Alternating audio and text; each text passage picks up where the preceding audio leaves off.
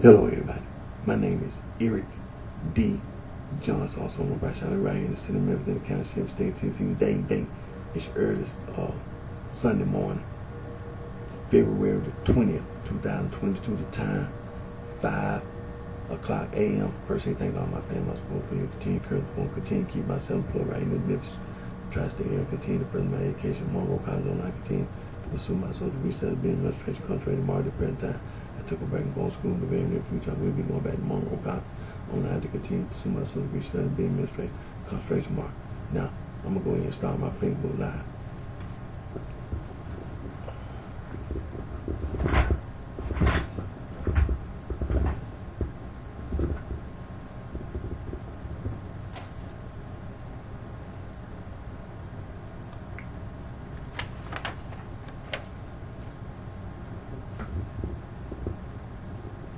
Hello everybody, my name is Eric D. Johnson, also on BrightShine right here in the city of Memphis in the county, State, Tennessee. Today is early Sunday morning, February the 20th, 2022. The time 5:01 a.m. First, I thank all my family, my support. But you continue to continue to keep myself employed right in the Memphis tri-state area. I'll continue to further my education, Monroe College online, continue to pursue my social research, being administrator, contrary to market at present time, take a break and go to school, be ready in the future. I will be going back to Monroe College online, continue to pursue my social research, being administrative, contrary to market. Now, what you see in front of you: anti-gang, anti-Gnostic, anti-hazing, and also versus heresies. Translated, it means against heresies. Saint Irenaeus, the Bishop of Lyons, together with Saint Ignatius, the Bishop of Antioch, they wrote a 5-volume book titled Versus Heresies Against Heresies. And also Saint Athanasius, the Bishop of Alexandria, in the year 367 AD, issued his 39th festal letter, Easter letter, banning all non-Christian writing. That means that Nag Hammadi Library is non-Christian writing, was buried in the ground since 367 AD. Non-Christian writing. That Gnostic, you ain't doing nothing, getting yourself in trouble. You're going to get your ass killed on these streets. I tell you. Now, also Saint Epiphanius, the Bishop of Saint Epiphanius of Salome, Bishop of Cyprus, wrote a 3-volume book titled Panorama, Greek, Panorama, Latin. Translated, it means bread basket. But scholars have also said that Saint Epiphanius of Salome, Bishop of Cyprus, 3-volume book is versus heresies against heresies. You ain't gonna get away with all that lying, talking about some esotericism, esoteric. I mean, the sorority and the fraternity, the sohos and frat bitches over there on the east coast of the United States of America, from the state of Maine all the way down to the state of Florida, and then the state of Ohio is next to the state of Pennsylvania.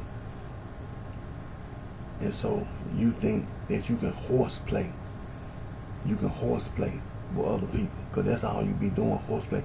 You ain't talking about anything that anybody need to hear. You made up all that esoteric. When you break it down, S-O, S, and then O, exoteric, then that eek on the end. See, you ain't gonna get away with trying to be a smart ass and going around trying to horseplay with other people with that Freemasonry and all that Order of the Eastern Star. You ain't doing them going around horseplaying, because you ain't talking about nothing that anybody need to listen to. You just going around horseplaying. What's gonna happen is, like I said, been saying. See, all that horseplaying, you in your mind, you dreaming. You dreaming. I mean, you in fairy tale land. You in your mind, you think that you getting away with horseplaying. That what you think you getting away with horseplaying with other people. But see, like I said, I'm trying to stay out of jail. First of all, I'm trying to stay out of prison. Been out of jail. Been out of state Tennessee Department of Corrections since 2009. May 13, 2009. And here it is, 2022. No misdemeanors, no felonies. Been complete out. And I'm going to keep it that way. Now, you're not going to instigate. You're not going to provoke me. And then think I'm going to be sitting up in the courtroom. No. And then talking about you the victim and talking about some victim come and say, no, See, Eric ain't that dumb. And you not that damn smart. But like I say, you know, you gonna keep on thinking you getting away with horse playing with other people. Sorority and fraternity, Soho and frat bitch. You gonna keep on thinking you getting away with horse playing. And I'm telling you what's gonna happen. I'm telling you what's gonna happen to your ass. I'm telling you what's gonna happen. It's gonna come a day. Reality gonna hit your ass. I'm telling you. You're gonna get a damn reality check. See all that horse playing, trying to wait on other people to go to work, and then think that you and other people can hide behind their back and try to play in the warehouse or on the job, at your place of employment, at work. Because you don't know me and you don't know other people, but you try to horse play. And then it be all these ignorant ass people in the community who don't take the time to educate and inform themselves. Then you're a coward. You ain't nothing but a bunch of scared hoes out here on the street, scared. Then there's a bunch of bitches out here on the street, scared. See, Eric ain't afraid. Eric ain't afraid, Eric ain't scared. Eric gonna be mad. Eric gonna be mad. I'm already mad. I'm already mad. You see, you're not gonna instigate, you're not gonna provoke me. No, because you're a coward. You ain't no but a damn coward. See, just like I said, all these damn Sohos. See, you ain't no but a bunch of scary ass bitches. This damn self, bunch of scary cowards. See, you ain't doing them getting used and abused by the frat bitches. You ain't doing them getting used and abused by the frat bitches. Then you go around and think you can horseplay with me as well as other individuals. You're going to get a damn reality check. I'm telling you. You're going to get a reality check. And reality going to hit your ass real hard. Your ass going to end up over there in the cemetery. You and your family going to end up your ass going over there in the cemetery. And trying to find somebody in the courtroom to feel sorry for you. Well, I'm not that damn dumb, and you're not that damn smart. So, you can just keep on thinking you're getting away with horse playing. And I guarantee your ass gonna get a reality check. Soho and frat bitch. You and your degree, your associate degree, your bachelor degree, your master degree, your PhD. Your ass gonna get a reality check, Soho and frat bitch. You're gonna get a reality check. You don't get away. Ain't no such thing as getting away.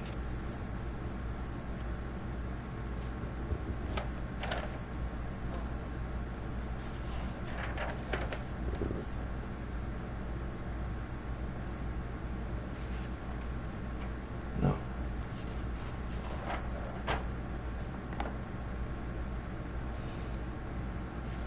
Ain't no such thing as getting away.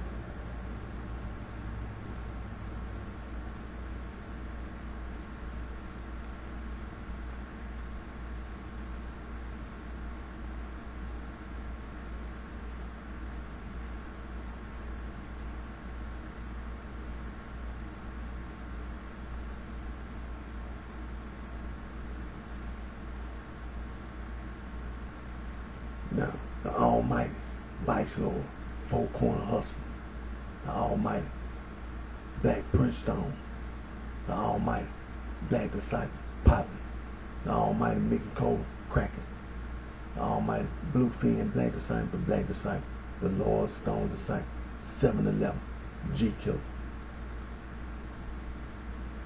And who the so-called G's? Well, the Sohos and the frat bitches. Well, the history of the city of Chicago. The history of the city of Chicago is very important. See, all that so-called bloodstone, and limestone, all that trying to wear the color red and trying to wear the color green, all that. See, then had a nerve trying to call yourself a blood and a crip, trying to imitate. You're an imitator. Imitation. Cowards. Now, in the state of Illinois, in the city of Chicago, and, the county, Cook County, in the Chicago area,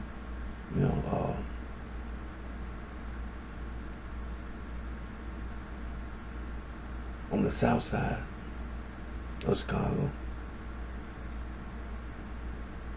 the so-called black gangster new breed, and then the so-called gangster disciple. Then later on came the IGD, the insane gangster disciple. And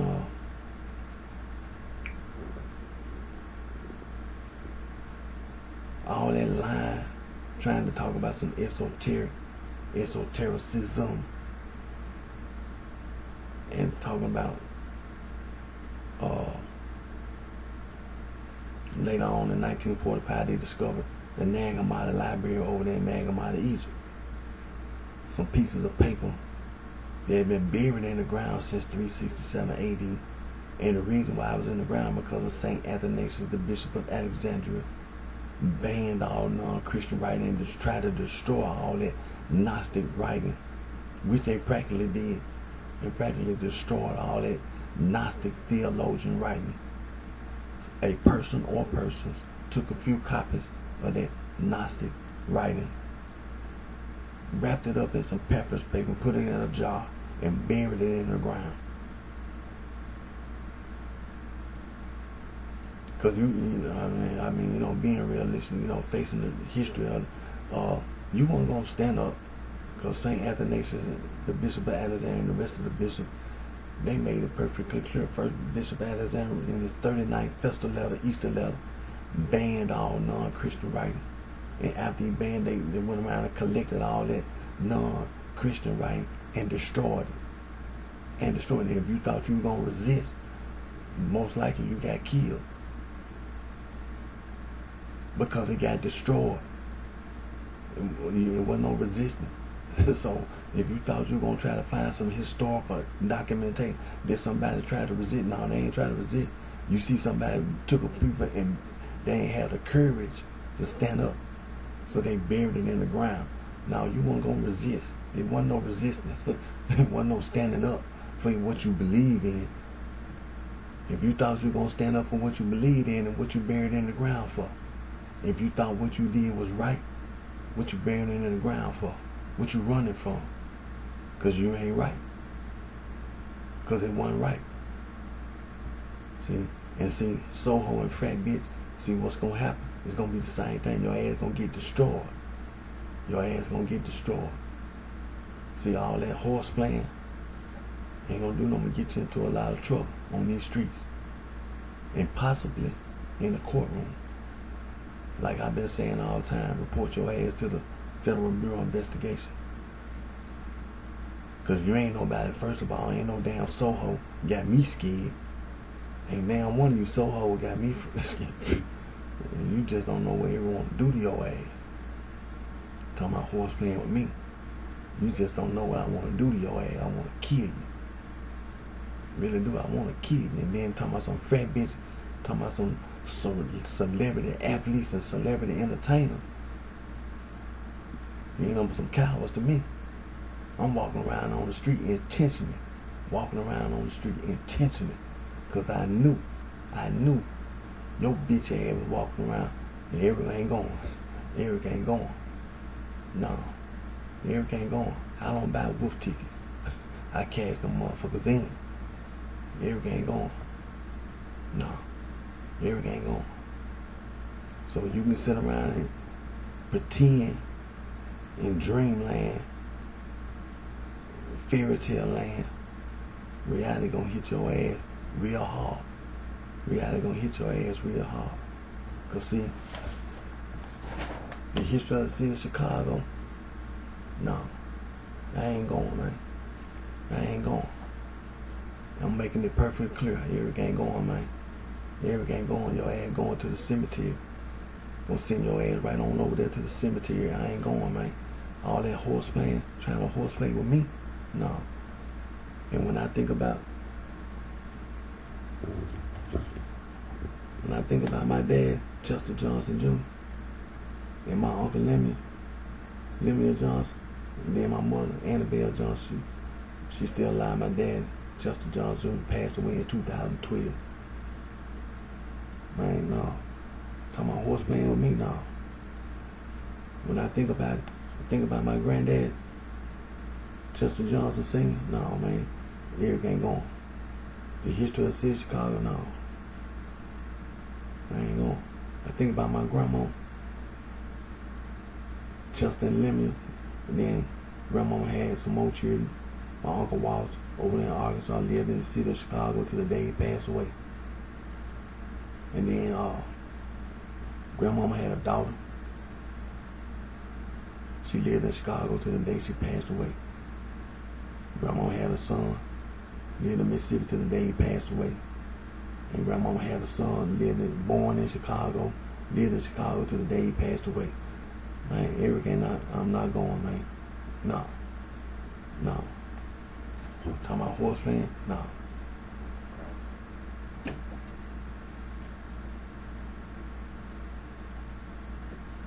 No. Your ass gonna be right over there in that cemetery. No. Horse playing? No.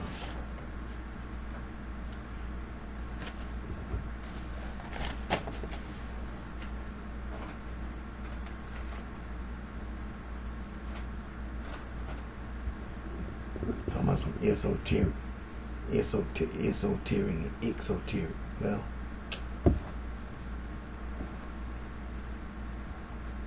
I mean, you know, Pythagoras, that's what he called all his inner circle of initiates, his esoterics. And then Pythagoras called all those outside of his inner circle of his closest associates, his exoterics. No, Pythagoras did. Then Aristotle, he also did the same thing, called his inner circle, his closest confidants, his esoterics. And then those who came to Aristotle's late evening lectures, he called them his exoterics. Plato also used the designation exoteric. S-O-X-O-Teric.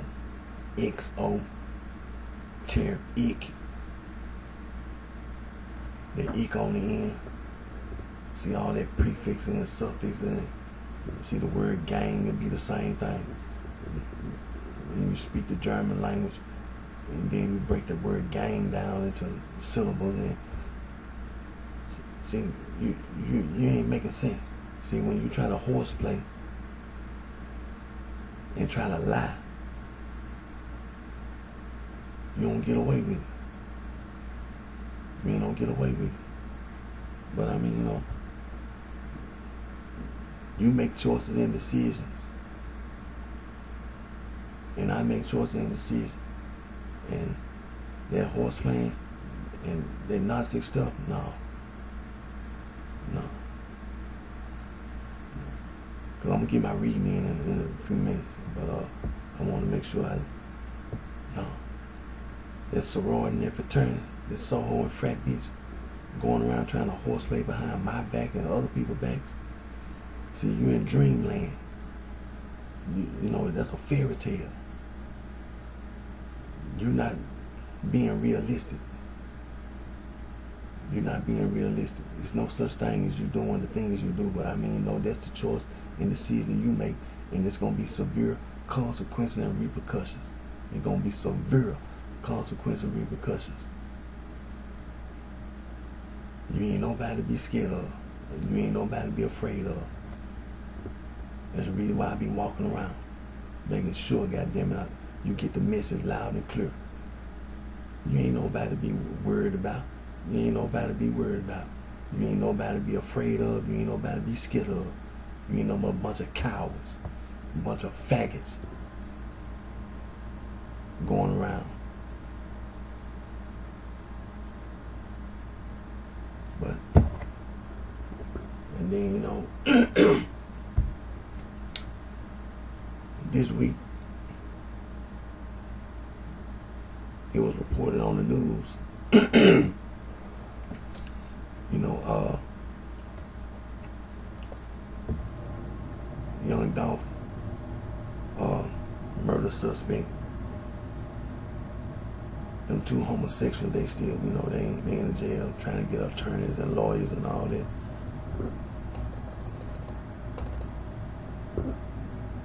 Not that it's gonna change the outcome of the court case or anything. It don't make a bit of difference.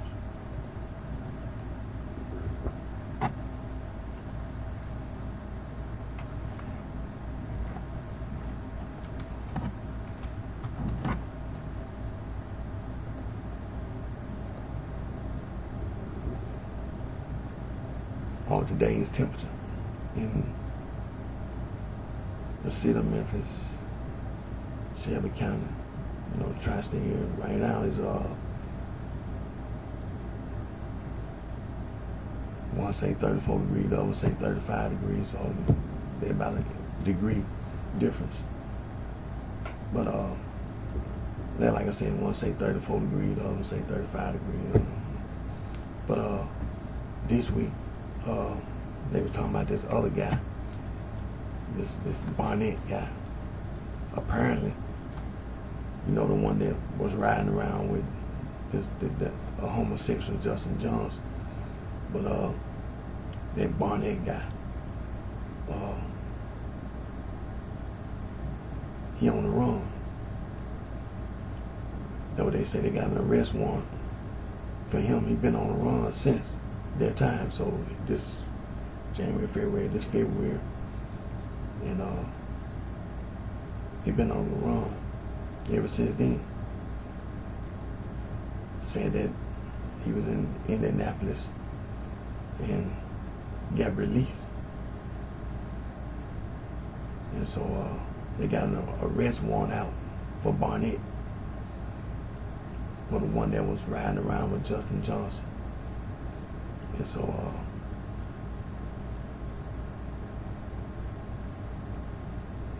you know, maybe he get brought in, he mess around, be out on the street, you know, possibly get killed or whatever, you know, I don't know, you know. But I mean, you know, if you be on the run and you mess around, come across somebody and, you know, not in this area, but he got released up in there in the Indianapolis area, so being around that part of, you know, and you mess around and go over there to Illinois somewhere, the chance of you getting shot at, you know, if it been down here, you know, been a little different, but being released up in that part, you know, chance of getting shot at, you know, because, you know, it's pretty, you know, organization, you know, vice lords everywhere. And being Black Princeton, they everywhere. They all over that part of the area. And Mickey Cobras and Black Disciples, they all over there. Then you got all these folks and my people. Your chance of getting shot at was, you know, very good, you know, because, I mean, it's just that part of, you know, Illinois, Indianapolis. It's a lot of folk in my people's done then talking about some black gangster new breed and gangster cyber and then some inside gangster. If you be around the area, more like, you know, you mess around being the wrong part of your chance of getting shot at. Now, you might not get killed, but I guarantee you, because people carry guns. Because there's so much gang, you know, folks in my view, I mean, your chance of getting shot at are very good. You know, you mess around being the wrong, it don't make no time. It don't make no difference what time of day.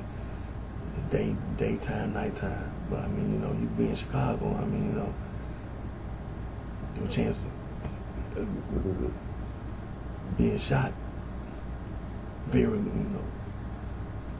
But this Barnett dude is on the run. From what is being reported now, is being reported. You know, apparently he had got released. And nobody really just said, but I mean, you know, at first, he was in custody of, you know, he got captured with Johnson, but they never said that, you know, apparently he been really, you know, he on the run. So just, he on the run. There's a warrant out for his arrest. Barnett, there's a warrant out for his arrest for accessory after the fact, first degree murder. And, you know, in the Young Dolph murder case, Barnett is on the run. And, you know, you know, you're on the run. You stay on the run, and you be in the wrong part of, you know, that's all I would try to do. You know, you be in the wrong part, you being on the run, you be in the wrong part of the, you know, you be up in that area. Chance of being brought in.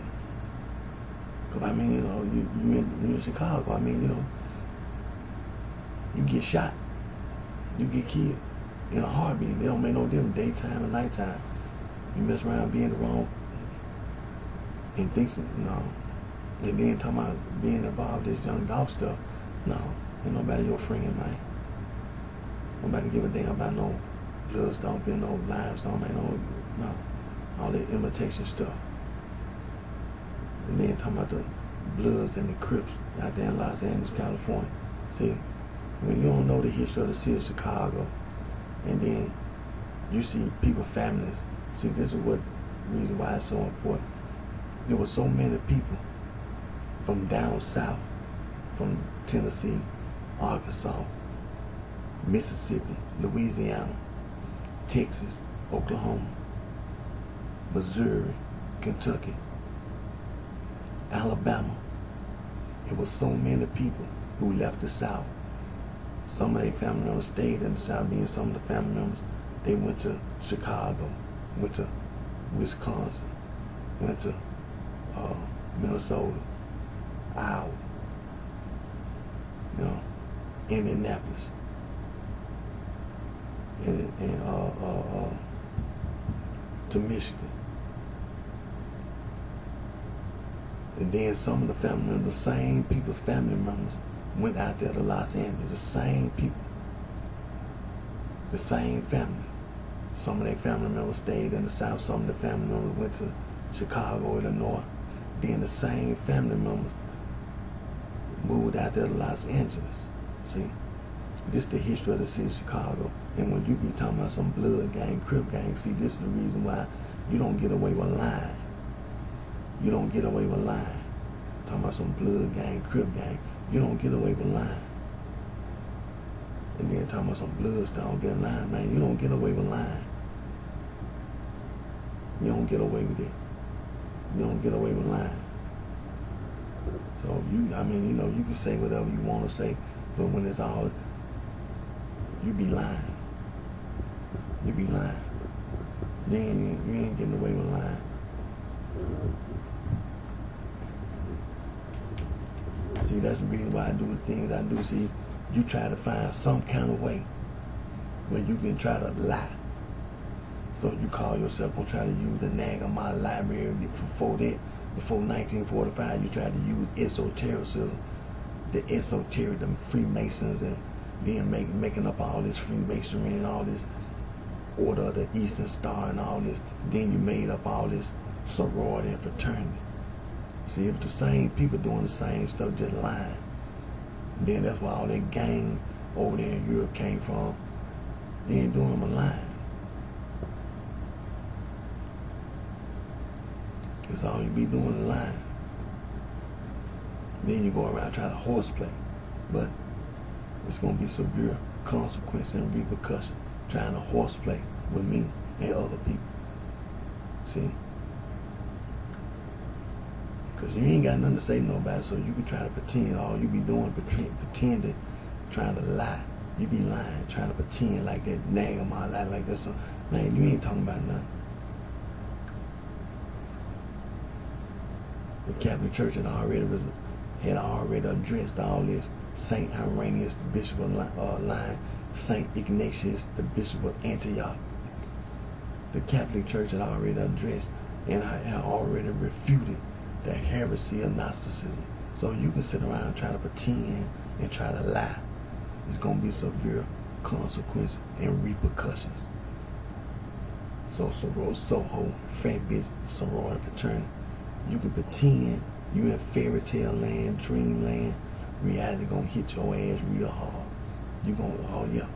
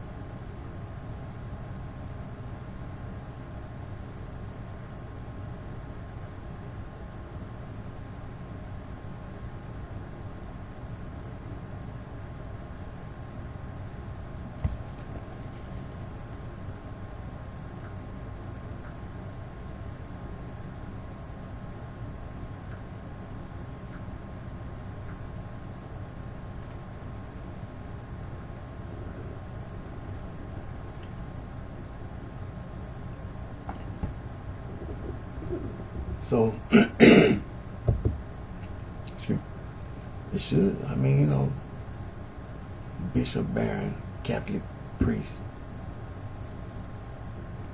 made it perfectly clear that Gnostic mess, there ain't nothing true about it. There ain't nothing right about nothing that they saying. And then Saint Irenaeus, the Bishop of Lyons, Saint Ignatius, Bishop of Antioch, way back in the 1st century, right at the 2nd century, in the early church, the church fathers had already refuted Gnosticism and all that other stuff, all them other heresies. All those other heresies had already been refuted. So sorority, fraternity, so-hard, fat bitch, whatever you trying to make up, all them lies you trying to, it's going to be severe consequences and repercussions. Get straight to the point. It's going to be severe consequences and repercussions. Further, and you ain't nobody to be scared of. You ain't nobody to be afraid of. So, you can keep on being in dreamland. You can keep on being in fairy tale land. But I guarantee you, reality gonna hit your ass real hard. Real hard. Real hard. I'm going to start getting my reading in.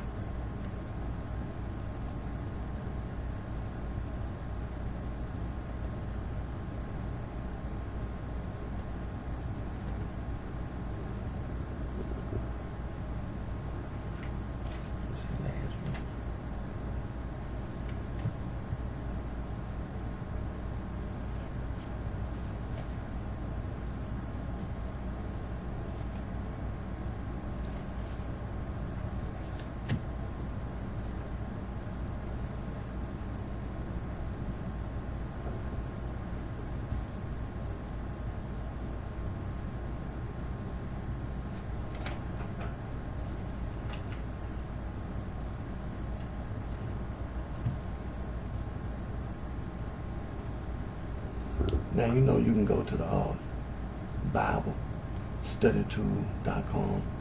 They have all the available versions of the Holy Bible. And many of those versions of the Holy Bible, they have the Apocrypha, or those deuterocanonical books to bid. The Wisdom of Solomon, the Wisdom of Sirach, Baruch, Esther and Judith,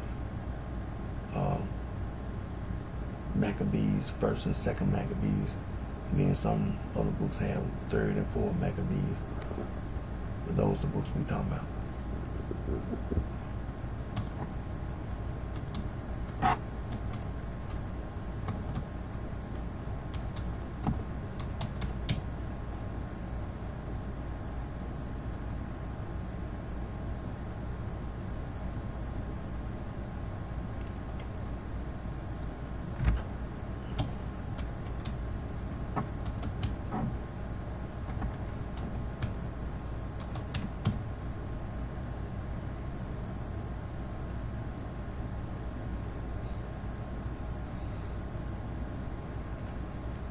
And again, let's not forget, see, all that esoteric.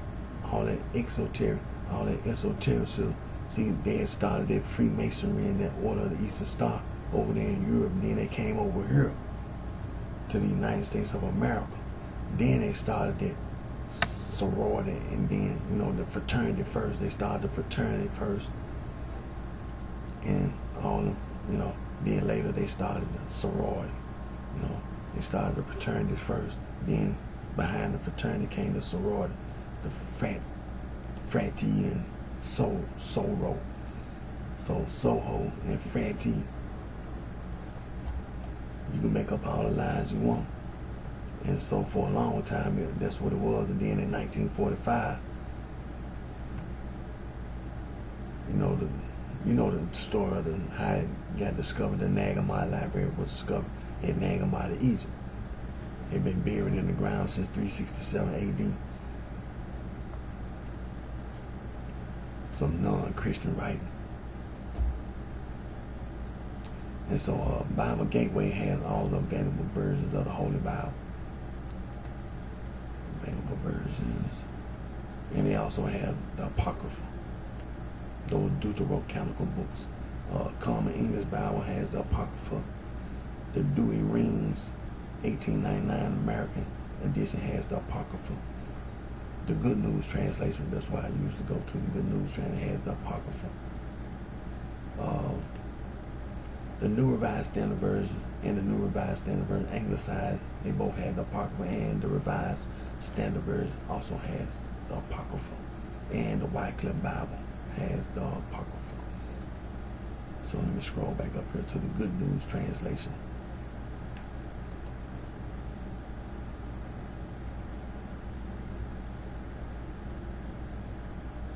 And let me go to Wisdom. Let me see, last week I read the Wisdom chapter 8. So I'm going to go to Wisdom chapter 9.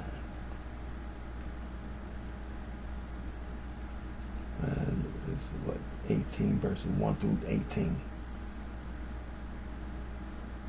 And the title of chapter 9,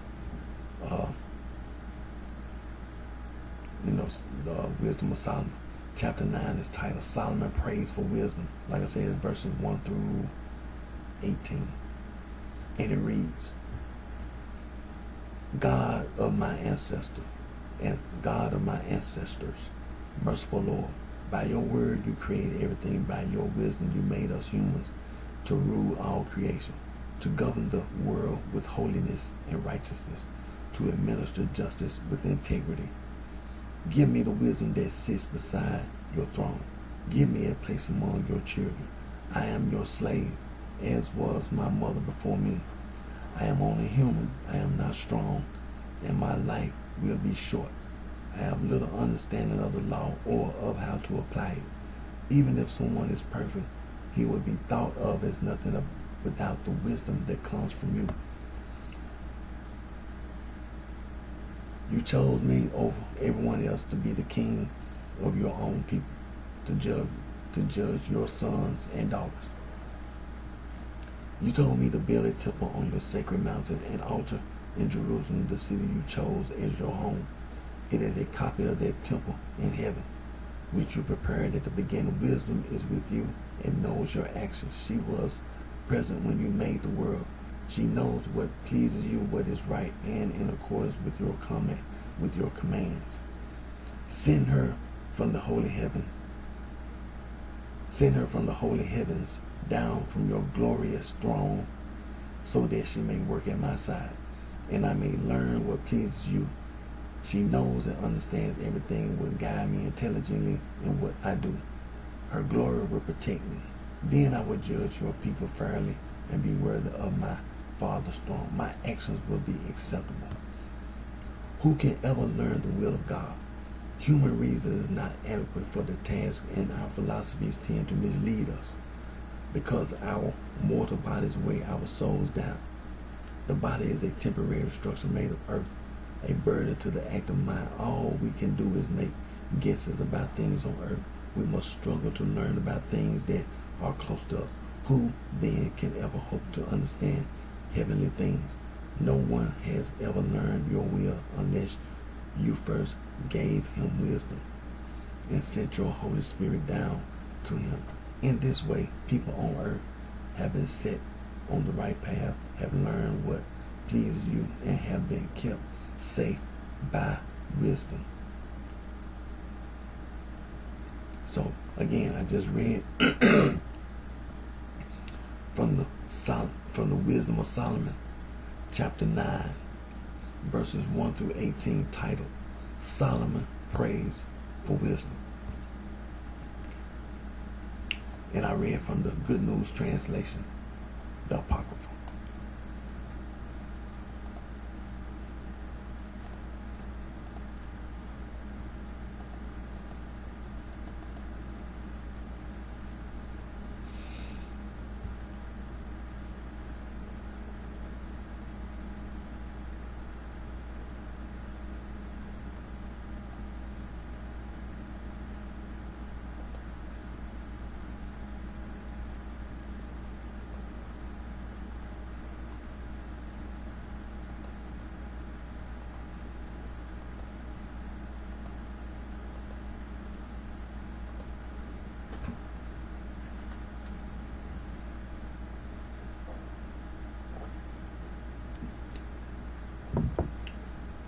Now last week, because the Panarian, the original Panarian inverses that race, the bread basket, excuse me, read part 26, which was Gnostic. So let me click over it right quick. It was pretty long, so I started my reading with that first.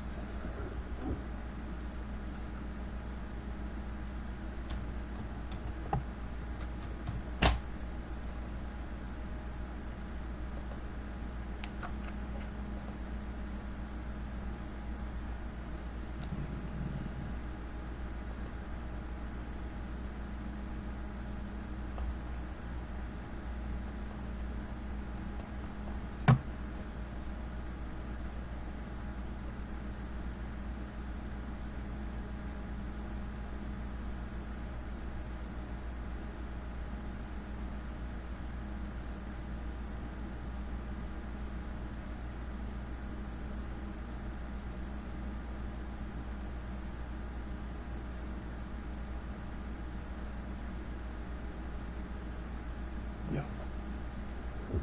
So I read part 26, Epiphanius against the Gnostics or Borahites. So let me scroll here, and it was pretty long. That's the reason why I started, most of my reading, because it went all the way, it was from 1:1 to 19.6 to 19.6. So let me look at 27, part 27, Epiphanius against the Carpocratians.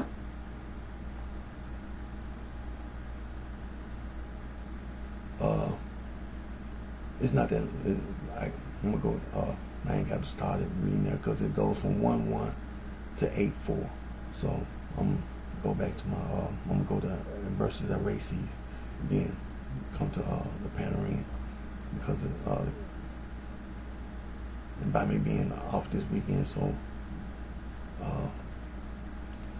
part 27, Epiphanius against Carpocration 1:1 through 8. Let me see. What's that? 8:4, and then it'll be number 20, part 28, Epiphanius against the Corinthians 1:1, 8:5. So let me scroll.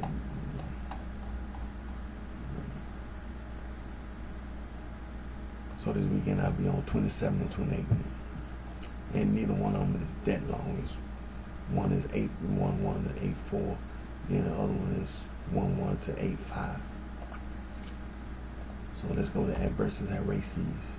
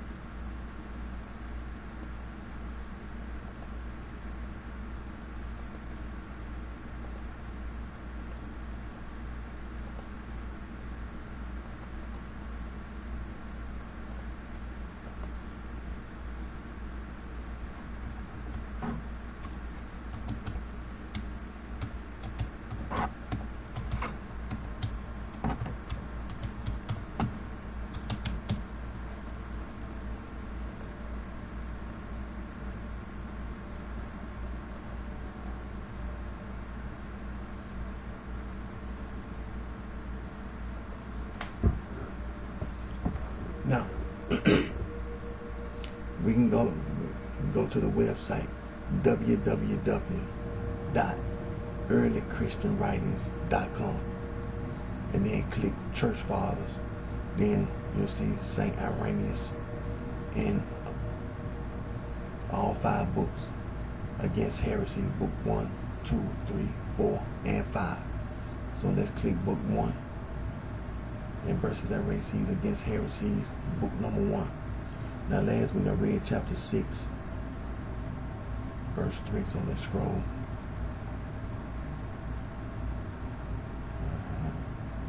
6. Okay.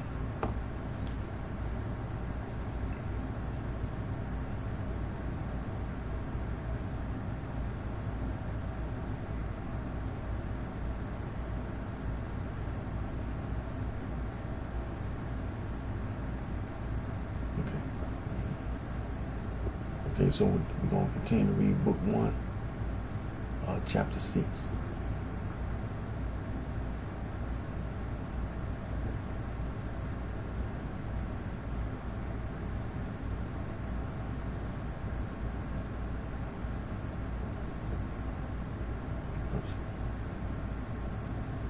Verse number 4 in chapter 6 is titled, "The Threefold Kind of Man Fiend by these heretics, good works needless for them, though necessary to others, their abandoned morals." In verse number 4, it reads, "And committing many other abominations and impieties, they ran us down, who from the fear of God guard against sinning even in thought or word, as utterly contemptible and ignorant persons, while they highly exalt themselves and claim to be perfect in the elect seed. For they declare that we simply receive grace for us, wherefore also it will again be taken away from us, but that they themselves have grace as their own special possession, which has descended from above by means of an unspeakable and indescribable conjunction. And on this account more will be given them. They maintain, therefore, that in every way it is always necessary for them to practice the mystery of conjunction, and that they may persuade the thoughtless to believe this. They are in the habit of using these very words, whosoever being in this world does not so love a woman as to obtain possession of her is not of the truth, nor shall attain to the truth. But whosoever being of this world has intercourse with woman shall not attain to the truth, because he has so acted under the power of concupiscence. On this account they tell us that it is necessary for us, whom they call animal men and describe as being of the world, to practice continence and good works, that by this means we may attain at length to the intermediate habitation. But that to them who are called the spiritual and perfect, such a course of conduct is not at all necessary, for it is not conduct of any kind which leads into the aroma, but the seed sent forth thence in a feeble, immature state, and here brought to perfection." So I just read verse number 4, chapter 6, titled, "The Threefold Kind of Man Fiend by these heretics, good works needless for them, though necessary to others, their abandoned morals." And I read book number 1 and verses that races against heresies. And let me click. Now let's go to book number 2 and verses that races against heresies. Book number 2. Now last week I read chapter 7, verse 7. So book number 2. Let me scroll. 5. Let me see 4, 5, 6, 7. Verse number 7. Oh, that was the last verse of that chapter. So we're going to be on chapter 8. Chapter 8.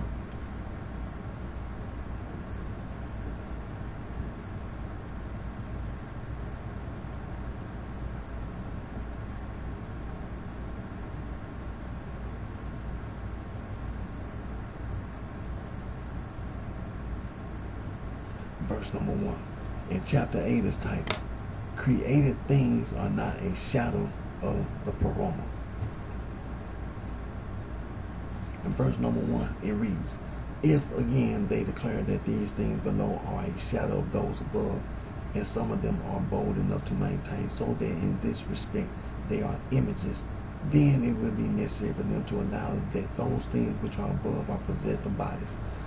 For those bodies which are above do cast a shadow, but spiritual substances do not, since they can in no degree darken others. If, however, we also grant them this point, though it is in fact an impossibility, that there is a shadow belonging to those essences which are spiritual and lucent, into which they declare their mother descended. Yet, since those things which are above are eternal, and that shadow which is cast by them endures forever, it follows that these things below are also not transitory, but endure along with those which cast their shadow over them. If, on the other hand, these things below are transitory, it is a necessary consequence that those above also, which these are the shadow, pass away, while if they endure, their shadow likewise endures. So I just read verse number 1 from chapter 8, titled, Created Things Are Not a Shadow of the Paroma. From book number 2, a verses that races against heresy. So let me click book number 3. And verses that races against heresy. Now last week I read chapter 9, verse number 1.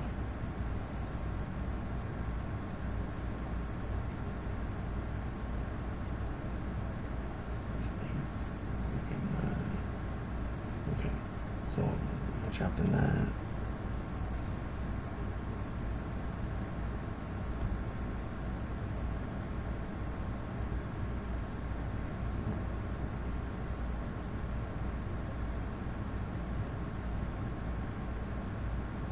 So we're going to read chapter 9, titled, One and the same God, the creator of heaven and earth, is he whom the prophets foretold, and who was declared by the gospel. Proof of this at the outset from St. Matthew's gospel. So we're going to read verse number 2. Verse number 2. Then again, Matthew, when speaking of the angel, says, The angel of the Lord appeared to Joseph in sleep, of what Lord he does himself interpret, that it may be fulfilled which was spoken of the Lord by the prophet. Out of Egypt have I called my son. Behold, a virgin shall conceive, and shall bring forth a son, and they shall call his name Emmanuel, which is, being interpreted, God with us. David likewise speaks of him who from the virgin is Emmanuel.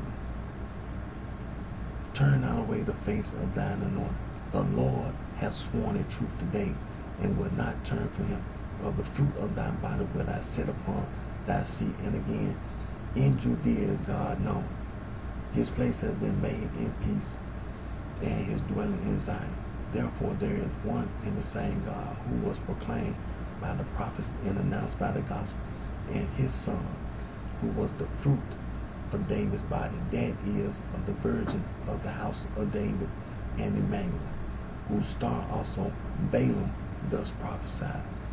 There shall come a star out of Jacob, and a leader shall rise in Israel. But Matthew says that the Magi, coming from the east, exclaimed, For we have seen his star in the east, and are come to worship him.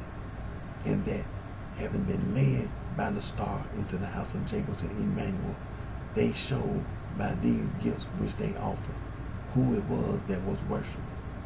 Myrrh, because it was he who should die and be buried for the mortal human meant. Gold, because he was a king of whose kingdom is no end. And frankincense, because he was God, who also was made known in Judea and was declared to those who saw him not. So I just read verse number 2 from chapter 9, titled, One and the Same God, the creator of heaven and earth, is he whom the prophets foretold and who was declared by the gospel. Proof of this at the outset from St. Matthew's gospel.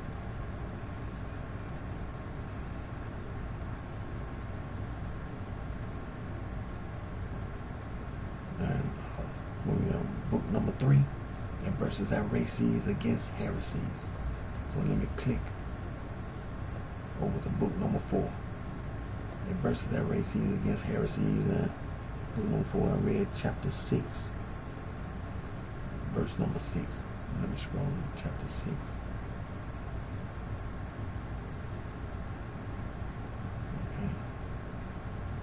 Okay, one more verse. So, chapter 6.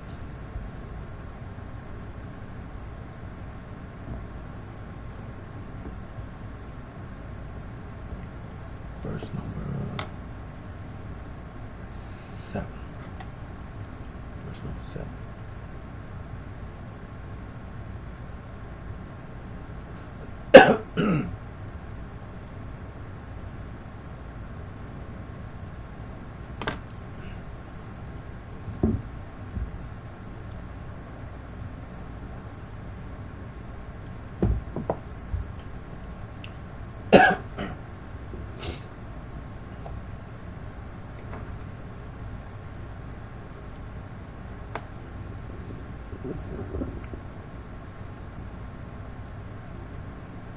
And chapter 7 is titled like it's chapter 6, chapter 7.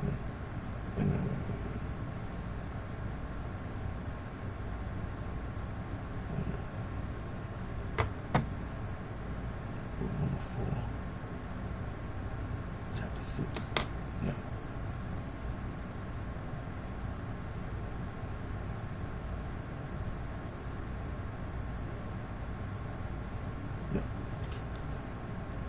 Book number 4, chapter 6, title,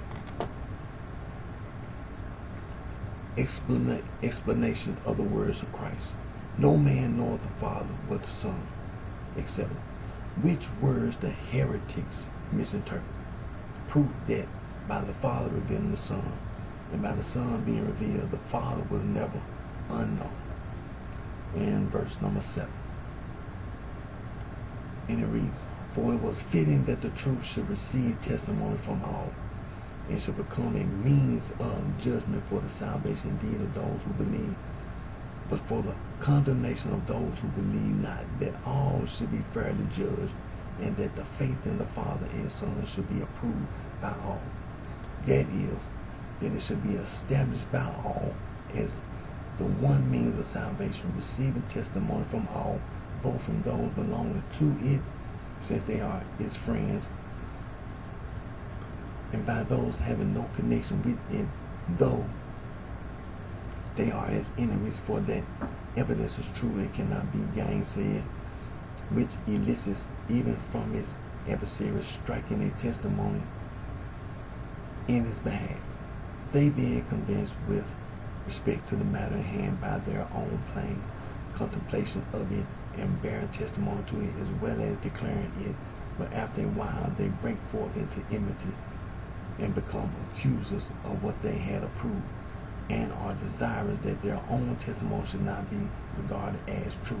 He, therefore, who was known was not a different being from him who declared, no man knoweth the Father, but one and the same, the Father making all things subject to him, while he received testimony from all that he was very man, and that he was very God, and from the Father, from the Spirit, from angels, from the creation itself, from men, from apostate spirits and demons, from the enemy, and last of all, from death itself.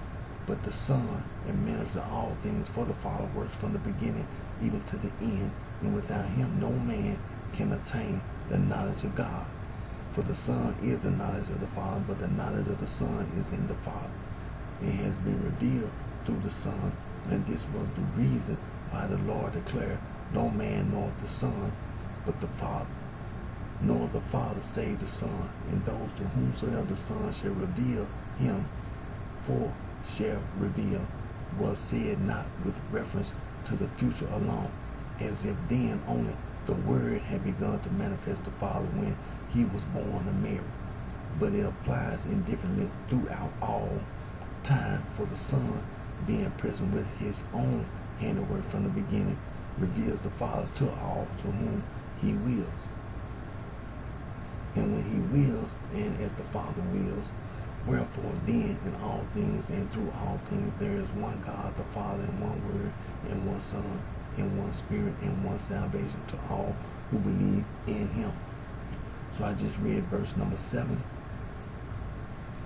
chapter 6, titled Explanation of the Words of Christ. No man knoweth the Father but the Son, except which words the heretics misinterpret. Proof that by the Father revealing the Son, and by the Son being revealed, the Father was never unknown. So I just read book number 4 in verses that races against heresies. So let me click over here.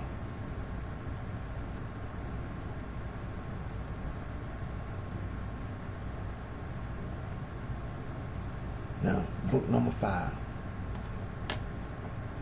Last week I read chapter 4, verse 4. Let me scroll here.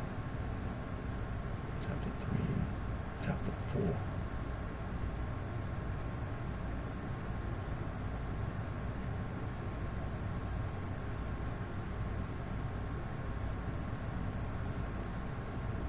Let's see.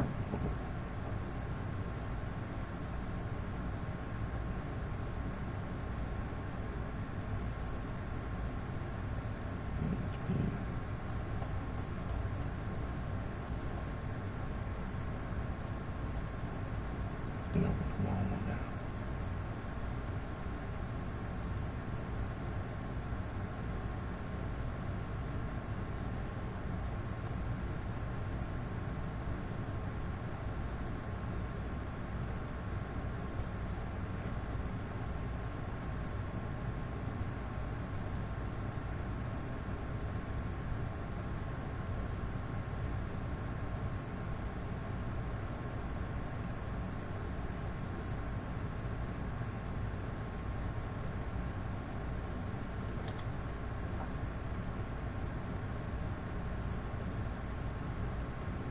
Let's see here.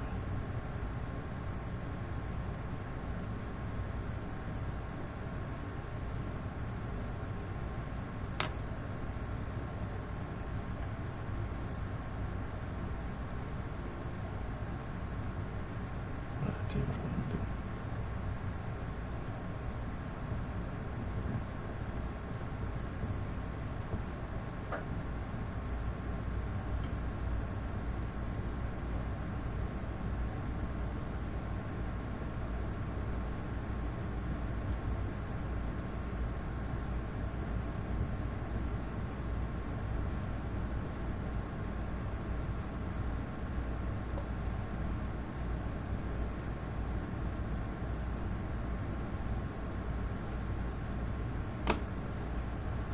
Alright, here we go. Now, chapter 4, book number 5, and verses that races, title. Those persons are deceived who feign another God, the Father, beside the Creator of the world. For he must have been feeble and useless, or else malignant and full of envy, if he be either unable or unwilling to extend external life to our body. So I'm going to read verses 1 and 2 first. And then I'm going to read chapter 5, because there's only 2 verses. So, verse number 1. Those persons who feign the existence of another Father beyond the Creator, and who turn him the good God, do deceive themselves, for they introduce him as a feeble, worthless, and negligent being, not to say malign and full of envy, inasmuch as they affirm that our bodies are not quickened by him. For when they say of things which it is manifest to all, do remain immortal, such as the spirit and the soul, and such other things, that they are quickened by the Father, but that another thing, be the body, which is quickened in no different manner than by God granting life to it, is abandoned by life. They must either confess that this proved their Father to be weak and powerless, or else envious, and malignant. For since the Creator doesn't even here quicken our mortal bodies and promises them resurrection by the prophet, as I have pointed out, who in that case is shown to be more powerful, stronger, or truly good? Whether is it the Creator who vivifies the whole man, or is it their father, falsely so called? He feigns to be the quickener of those things which are immortal by nature, to which things life is always present by their very nature, but he does not benevolently quicken those things which require his assistance, that they might live, but leaves them carelessly to fall under the power of death. Whether is it the case then that their father does not bestow life upon them when he has the power of so doing? Or is it that he does not possess the power, if on the one hand it is because he cannot? He is upon that supposition not a powerful being, nor is he more perfect than the Creator, for the Creator grants, as we must perceive, what he is unable to afford. But if, on the other hand, it be that he does not grant this when he has the power of so doing, then he is proved to be not a good, but an envious and malignant father. Now, verse number 2. If, again, they refer to any cause on account of which their father does not impart life to bodies, then that cause must necessarily appear superior to the father, since it restrains him from the exercise of his benevolence, and his benevolence will thus be proved weak on account of that cause which they bring forward. Now everyone must perceive that bodies are capable of receiving life, for they live to the extent that God pleases that they should live, and that being so, the heretics cannot maintain that these bodies are utterly incapable of receiving life. If, therefore, on account of necessity and any other cause, those bodies which are capable of participating in life are not vivified, their father shall be the slave of necessity in that cause, and not therefore a free agent having his will under his own control. So I just read verses 1 and 2 from chapter 4, titled, Those persons are deceived who fiend another God, the Father, besides the Creator of the world. For he must have been feeble and useless, or else malignant and full of envy, if he be either unable or unwilling to extend external life to our body. So now I'm going to read chapter 5. It's 2 verses. Chapter 5 titled, The Prolonged Life of the Ancients, the translation of Elijah and of Enoch in their own bodies, as well as the preservation of Jonah, of Shadrach, Meshach, and Abednego, in the midst of extreme peril, are clear demonstration that God can raise up our bodies to life eternal. Verse number 1. In order to learn that bodies did continue in existence for a lengthened period, as long as it was God's good pleasure that they should flourish, let these heretics read the scriptures, and they will find that our predecessors advanced beyond 700, 800, and 900 years of age, and that their bodies kept pace with the protracted length of their days and participated in life as long as God willed that they should live. But why do I refer to these men? For Enoch, when he pleased God, was translated in the same body in which he did please him, thus pointing out by anticipation the translation of the just. Elijah, too, was caught up when he was yet in the substance of the natural form, thus exhibiting in prophecy the assumption of those who are spiritual, and that nothing stood in the way of their body being translated and caught up. For by means of the very same hands through which they were molded at the beginning, did they receive this translation and assumption. For in Adam, the hands of God had become accustomed to set in order, to rule and to sustain his own workmanship, and to bring it and place it where they pleased. Where then was the first man placed? In paradise, certainly, as the scripture declared, and God planted a garden, paradisum, eastward and evening, and there he placed the man whom he had formed. And then afterwards, when man proved disobedient, he was cast out thence into this world. Wherefore also the elders who were disciples of the apostles tell us that those who were translated were transferred to that place. For paradise has been prepared for righteous men, such as have the Spirit, in which place also Paul the apostle, when he was caught up, heard words which are unspeakable as regards us in our present condition, and that there shall they who have been translated remain until the consummation of all things as a prelude to immortality. That was verse number 1 from chapter 5. So now, verse number 2, chapter 5. If, however, anyone imagine it impossible that men should survive for such a length of time, and that Elias was not caught up in the flesh, but that his flesh was consumed in the fiery chariot, let him consider that Jonah, who had been cast into the deep and swallowed down into the whale's belly, was by the command of God again thrown out, safe upon the land. And then again, when Ananias, Azarias, and Misael were cast into the furnace of fire, sevenfold heated, they sustained no harm whatever, neither was the smell of fire perceived upon them. As therefore the hand of God was present with them, working out marvelous things in their case, things impossible to be accomplished by man's nature. What wonder was it if also in the case of those who were translated it performed something wonderful, working in obedience to the will of God, even the Father. Now this is the Son of God, as the scripture represents Nebuchadnezzar, the king, as having said, did not we cast 3 men bound into the furnace? And lo, I do see 4 walking in the midst of the fire, and the 4th is like the Son of God.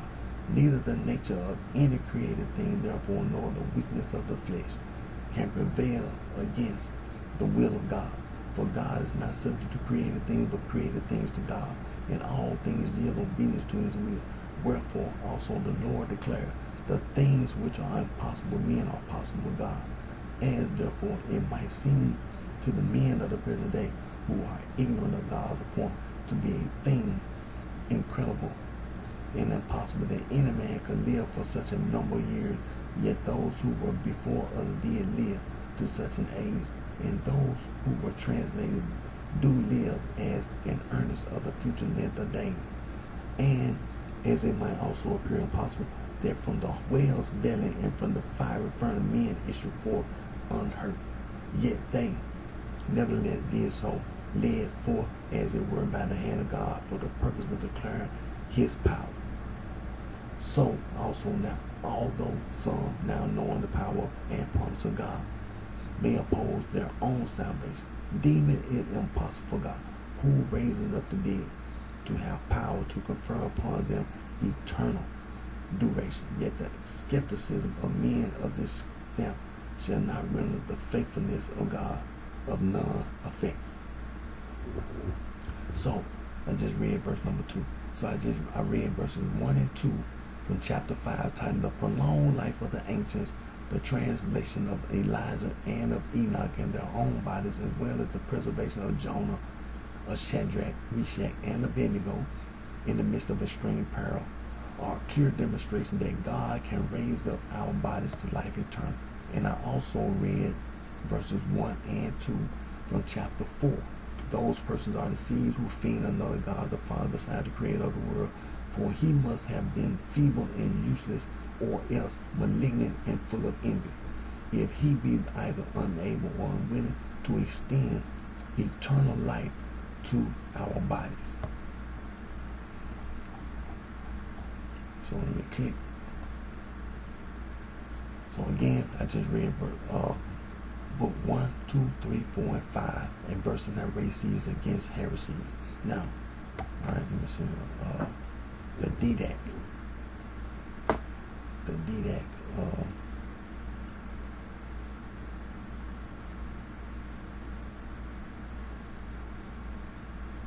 Okay, click.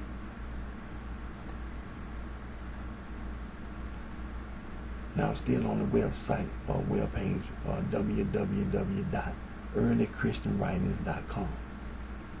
Then click Church Fathers, and at the very top you'll see Didac. So click Didac, and I'm gonna be reading from the Roberts Donaldson English translation. The didact, the Lord's teaching through the 12 apostles to the nations. Now last week I read chapter 6. Against false teachers and food offered to idols. So today I'm going to read chapter 7 concerning baptism.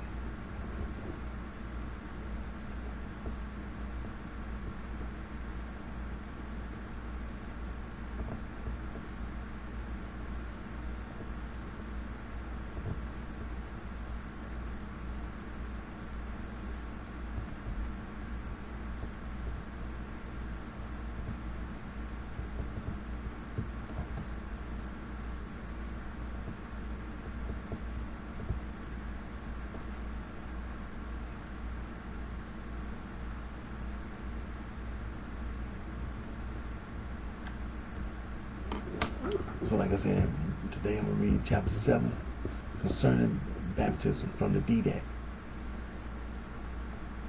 The Lord's teaching through the 12 apostles to the nations. And it reads, and concerning baptism, baptize this way, having first said all these things, baptize into the name of the Father and of the Son and of the Holy Spirit in living water. But if you have no living water, baptize into other water. And if you cannot do so in cold water, do so in warm. But if you have neither, pour out water 3 times upon the head into the name of the Father and Son and Holy Spirit. But before the baptism, let the baptizer fast, and the baptized and whoever else can, but you shall order the baptized to fast 1 or 2 days before.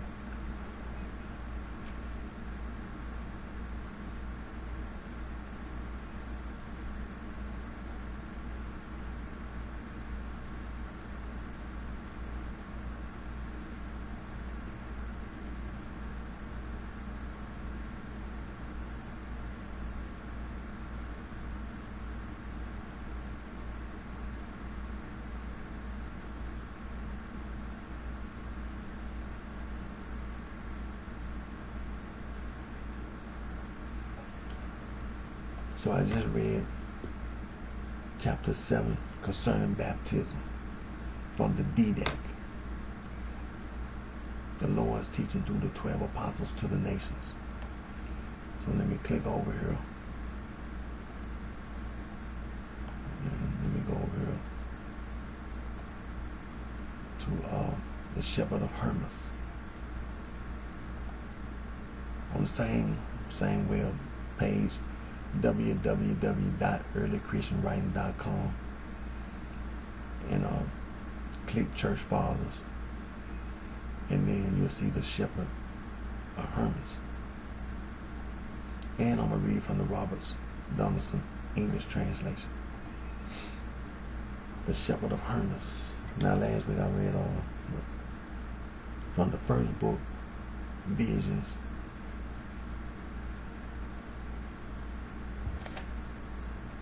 Second vision.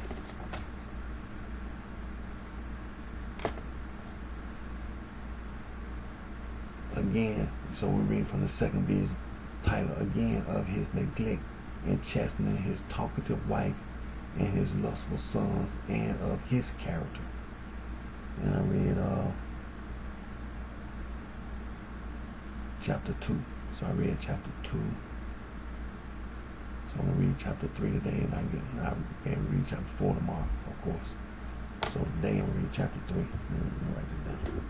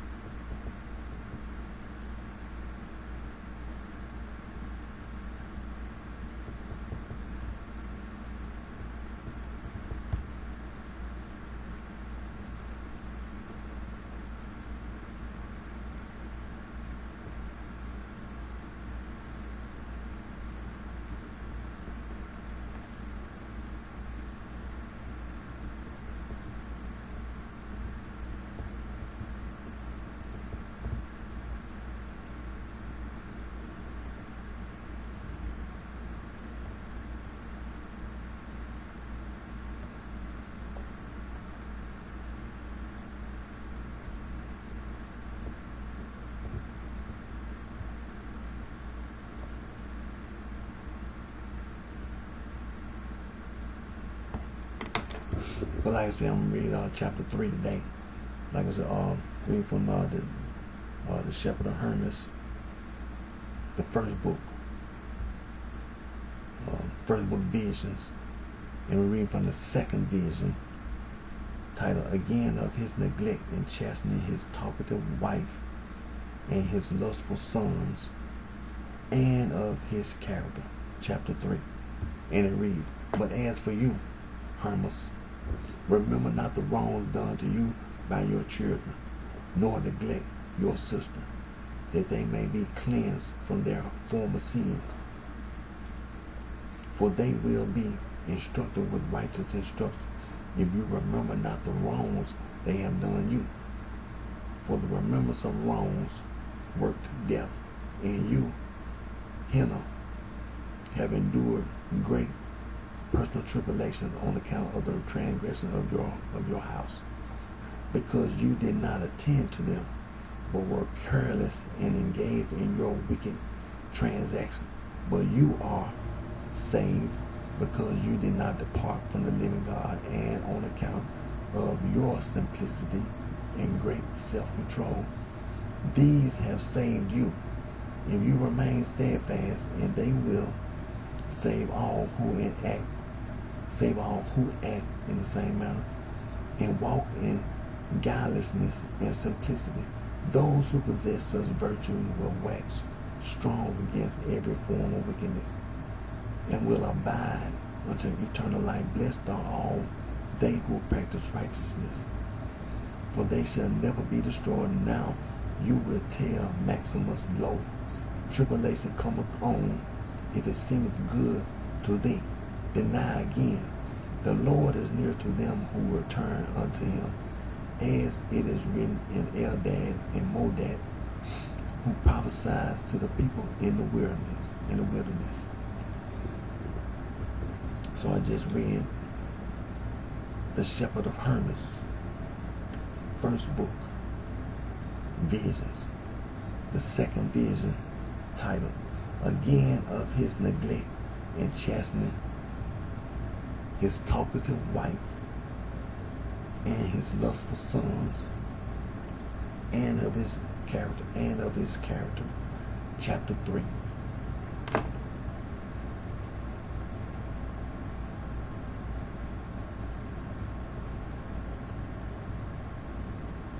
And I read from the Robert Donaldson English translation.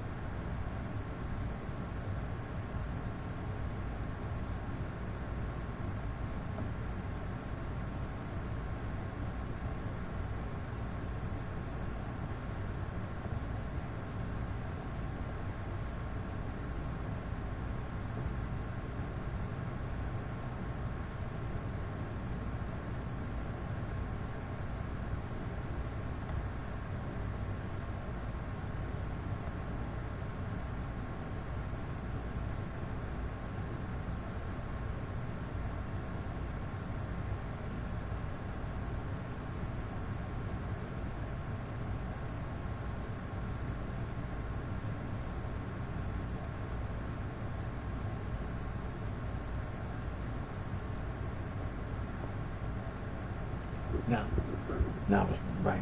But now I'm going to go to Saint Athanasius, the Bishop of Alexandria, the development of the canon of the New Testament.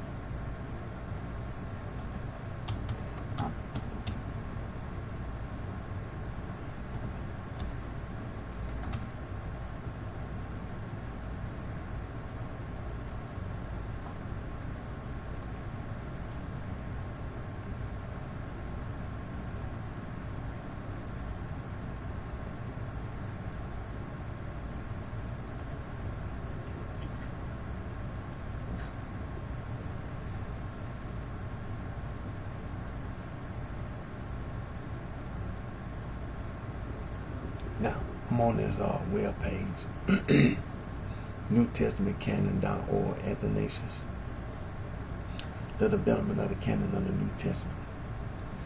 Athanasius of Alexandria, born 293 Common Era in Alexandria, and died May the 2nd, 373 Common Era in Alexandria.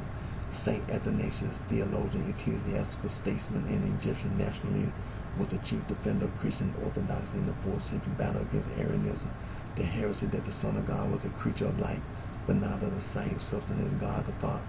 Athanasius attended the Council of Nicaea in 325, shortly thereafter became Bishop of Alexandria in 328. For the rest of his life, he was engaged in theological and political struggles with the emperor and with Arian churchmen. Being banished from Alexandria several times, he wrote many important works, including his major theological treatise, The Life of Saint Anthony, and 4 orations against the Arians, and a number of letters on theological, pastoral, and administrative topics. A Catholic encyclopedia articles online. And Saint Athanasius, a clear acknowledgement of the New Testament canon, 27 books, appears in the 39th Festal letter of Athanasius. Here the threefold divisions of origin, or Eusebius, is abandoned as springs of salvation. There are only the 27 writings in which the doctrine of piety is proclaimed. Over against them are set the Apocrypha, fabricated by the heretics. Only the Didact and Shepherd of Hermas, besides a few Old Testament Apocrypha, are permitted for reading by those newly received into the church, since the fathers have so appointed, but these writings are not canonical. We may, however, infer from the concession that the 2 writings mentioned still enjoy very great esteem. For a visual summary of Athanasius' opinion, see the cross-reference tape. There is no question that the emphasis on the exclusiveness and finality of the canon is closely connected with Athanasius' total theological conception, anti-heretical and Bible-related, over and above that it has to be observed that precisely in the years after 362, his concern was directed toward the unity of the Orthodox Church, and hence that for him a uniform canon was also a necessity. It is important that Athanasius turns sharply against all apocrypha, so that the lines are drawn as sharply as possible between canonical and apocryphal writings, whatever they may be in terms of their origin, their content, or their age. The apocrypha are downgraded as heretical and therefore excluded from any ecclesiastical use.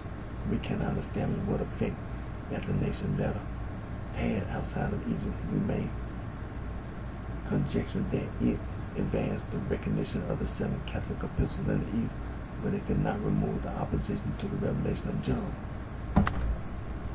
This book only achieved its firm place in the canon of the Greek Church in the 10th century.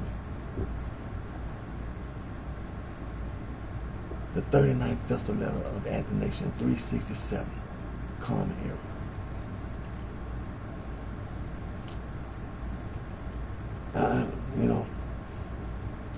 I just got to say this.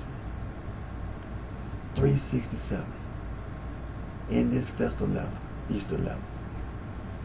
And so, for somebody to be talking about some Nagamah library, talking about the Nagamah library found in 1945, no sitting here reading the 39th festival letter, Easter letter of St. Athanasius, the Bishop of Alexandria, banning all non-Christian writings.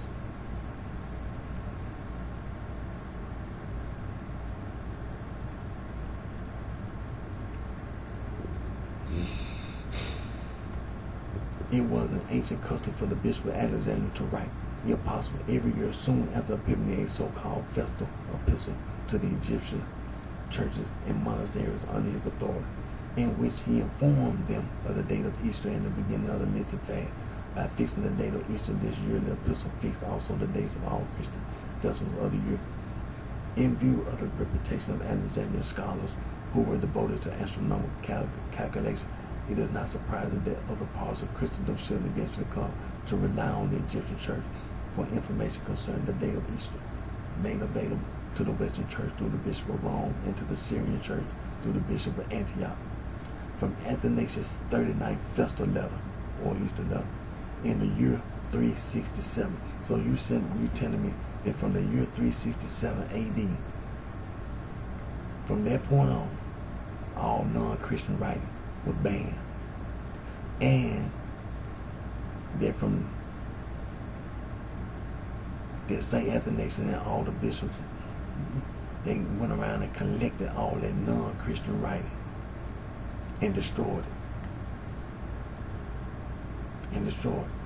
That's the reason why you don't see it today.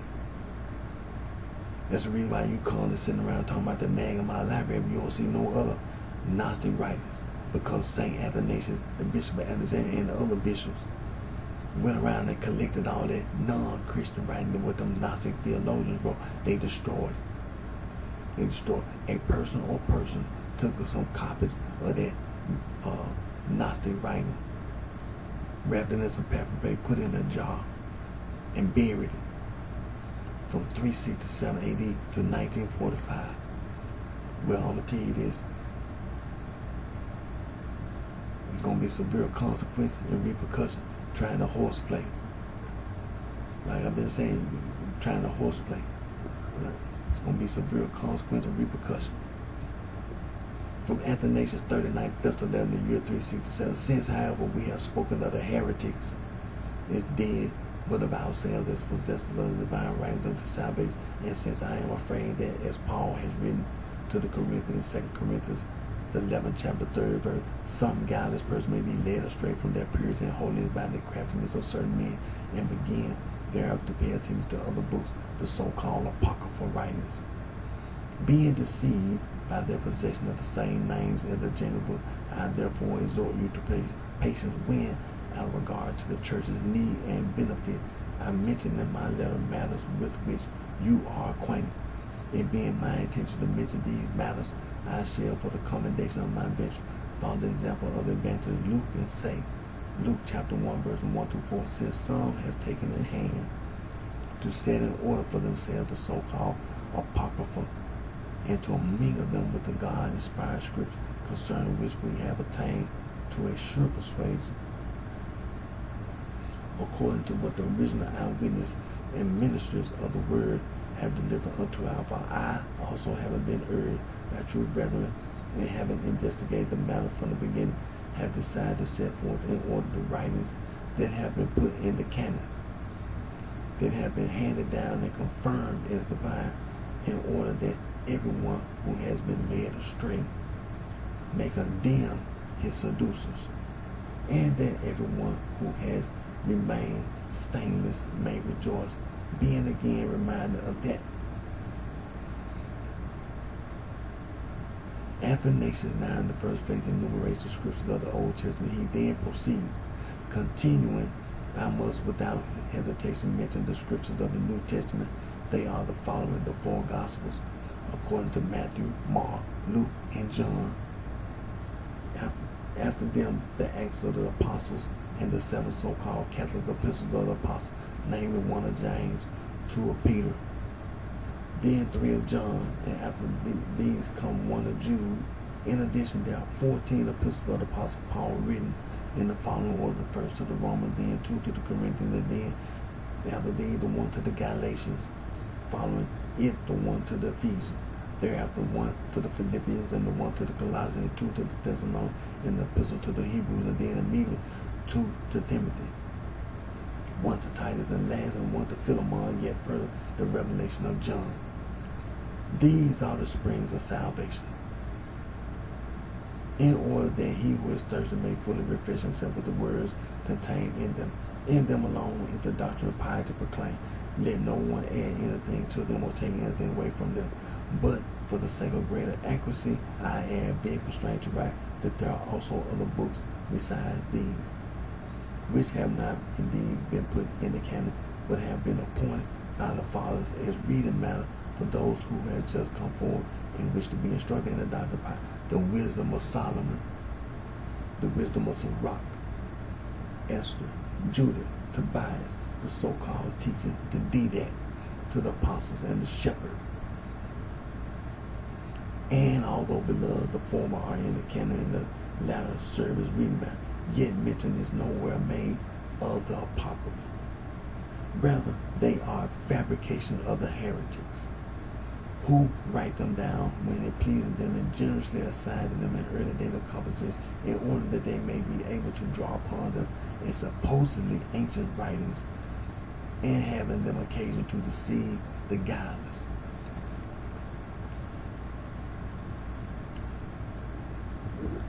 It's been made clear, perfectly clear. Saint Athanasius, the Bishop of Alexandria, made it perfectly clear that non-Christian writing was heretical. It was not the spring of salvation. So all that exoteric, all that mess, that Freemasonry, that Order of the Eastern Star, and then the sorority, the fraternity and the sorority, fratty, sorrow, fat bitch, Soho.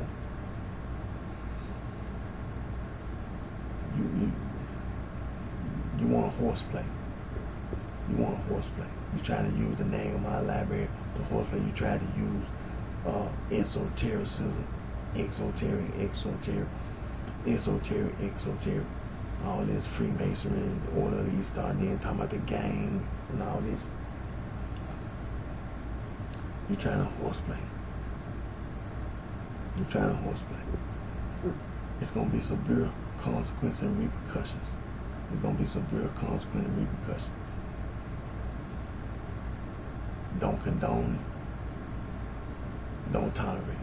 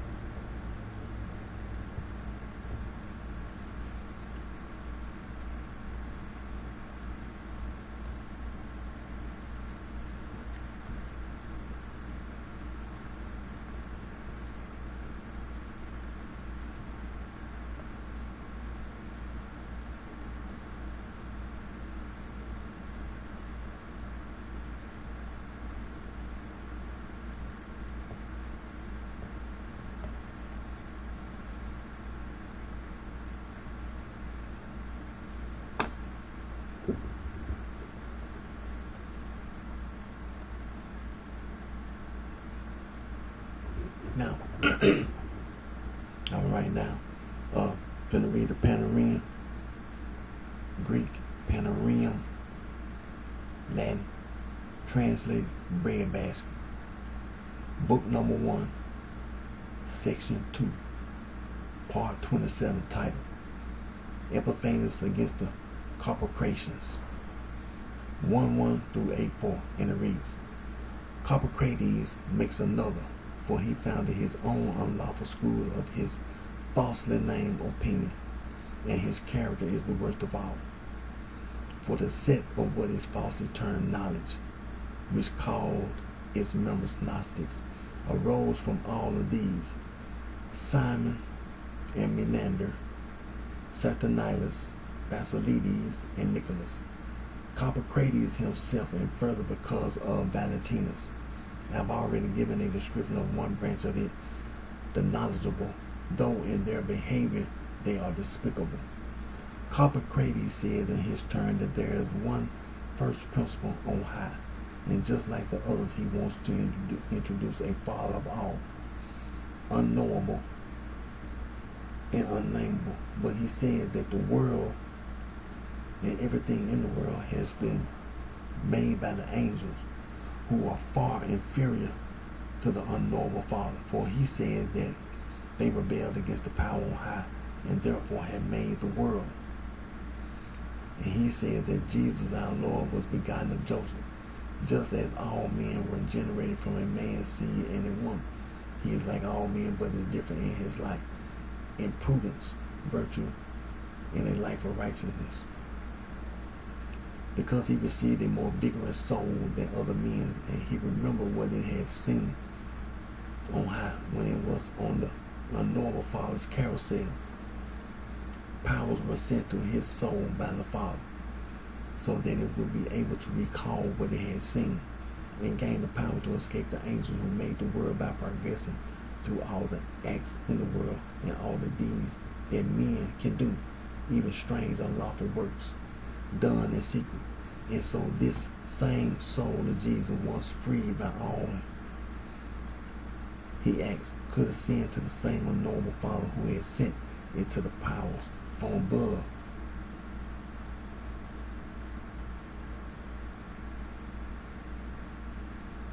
In order that it could win through to him on high by progression through all the acts and being released. And what is more, the souls like his, which embrace the same experiences as his, can be free in the same way, and soar aloft to the unknowable Father by performing all the acts, and similarly being quit of them all and then released. Though it had been reared in Jewish custom, Jesus' soul despised them, and for that reason received powers by which it could put the passion to rest, which accrue to man as punishment, and rise above the world's creators.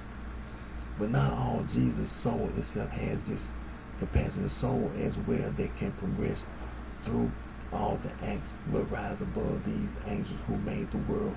It too will soar aloft, like Jesus' soul, as I said, if it receives powers and does the same sort of thing.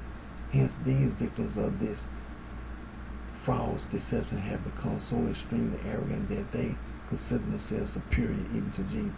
Some of them say that they are not superior to Jesus, but are to Peter, Andrew, Paul, and the other apostles, because of the superiority of their knowledge and their greater progress in the achievement of various ends. Others of them, though, claim they are no different from our Lord Jesus Christ, for their souls are from the same carousel, similar to Jesus' soul, having shown contempt for everything, and will go to the same place. In fact, they say all souls have been vouchsafed the same power that Jesus' soul has, and thus they say they too progress through all activity as Jesus' soul has, of course, gone through it. Again, if indeed one can despise more thoroughly than Jesus, he will be better than he. The members of this unlawful school put all sorts of horrid, pernicious deeds into practice. They have thought of magic devices and invented various incantations, love, charms, and spells for every purpose. What is more, they summon familiar spirits too, in order to gain great power over everyone with the aid of much magic, so that they say each of them can be master of anyone who wishes, and in any activity he may venture to undertake. They deceive themselves in this way in order, if you please, to convince their blinded minds that the souls which have undertaken such things have prevailed through acts of this sort and have despised the angels who made the world, and the things that are in the world can escape the jurisdiction of these angelic fabricators. I don't care to say creators, to embrace the freedom on high and attain the flight aloft. But they have been prepared by Satan and put forward as a reproach and stumbling block for God's church.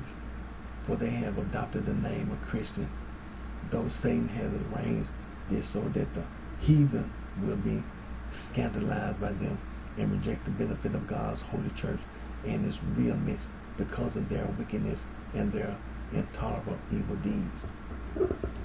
So that the heathen, observing the continual behavior of the evildoers themselves and supposing that the members of God's holy church are of the same kind, will refuse the hearing of God's real teaching, as I said,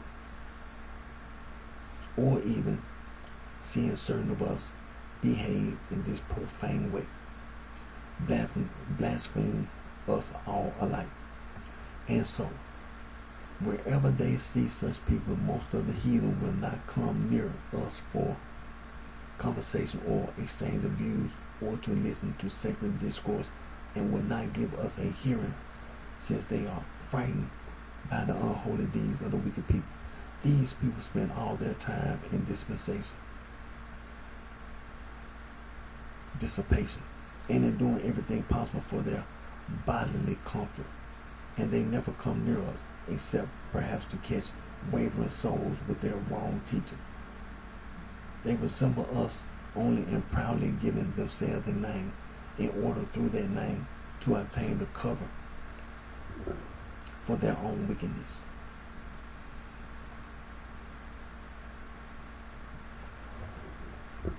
But in the words of Scripture, their damnation is just, as the Holy Apostle Paul said, because of their evil deeds, the due return will be awarded them. By recklessly giving their minds to frenzy, they have surrendered themselves to the sensation of countless pleasures. For they say that such things as men consider evil are not evil but good by nature. Nothing is evil by nature but are regarded as evil by men. If one does all these things in this one incarnation, the soul will not be embodied again to be cast down once more. By performing every action in one round, it will escape, free and with no more bit of activity in the world. Again, I am afraid to say what sort of actions, or I might uncover a trench like a hidden sewer, and some might think that I am causing the blast of foul odor. Still, since I am constrained by the truth to disclose what goes on among the deluded, I am going to make myself speak with some delicacy and yet without overstepping the bounds of the truth.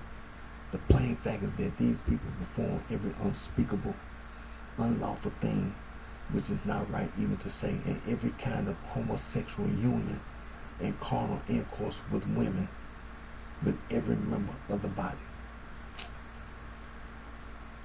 And that they perform magic, sorcery, and idolatry, and say that this is the discharge of their obligations in the body, so that they will not be charged anymore or required to do anything else. And for this reason, the soul will not be turned back after its departure and go on to another incarnation and transmigration. Their literature is such that the intelligent reader will be astounded and shocked and doubt that human beings can do such things. Not only civilized people like ourselves, but even those who live with wild beasts and bestial, brutish men in all but venture to behave like dogs and swine. For they say they absolutely must make every use of these things, or their souls may depart shy somewhere, and so be returned to bodies, to do all over again what they have not done. And this, they say, is what Jesus in the gospel meant by the parable. Agree with thine adversary, whilst thou art in the way with him, and do thy diligence to be quiet of him, lest at any time the adversary deliver thee to the judge, and the judge deliver thee to the officer, and the officer cast thee into prison. Verily I say unto thee, thou shalt by no means come out thence till thou hast paid the uttermost farthing. But they make up a story to explain this parable and say that the adversary in it is one of the angels who have made the world and has been appointed for this very purpose, to bring the souls to the judge when they quit their bodies here and are put on trial there. And if they have not done every act, they are given by the archon to the office.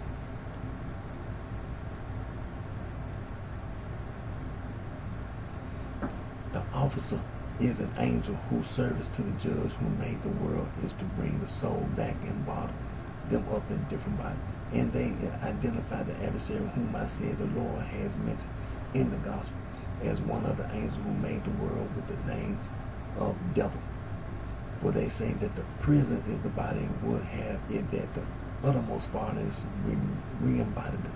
Now the soul must accomplish its last act in every incarnation, not be held behind anymore to do some wicked thing. For they say, as I have indicated, that when it has progressed through them all, performed them one by one, and been liberated, it must ascend to the unknowledgeable, unknowable one on high, passing the world's makers and maker by.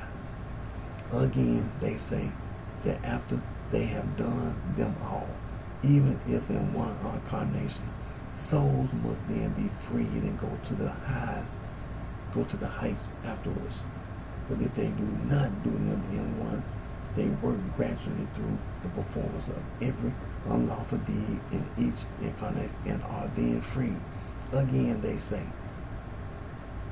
we deem to tell this to those who are worthy, that they may do the things that seem to be evil, although they are not evil by nature, so that they may learn this and be free.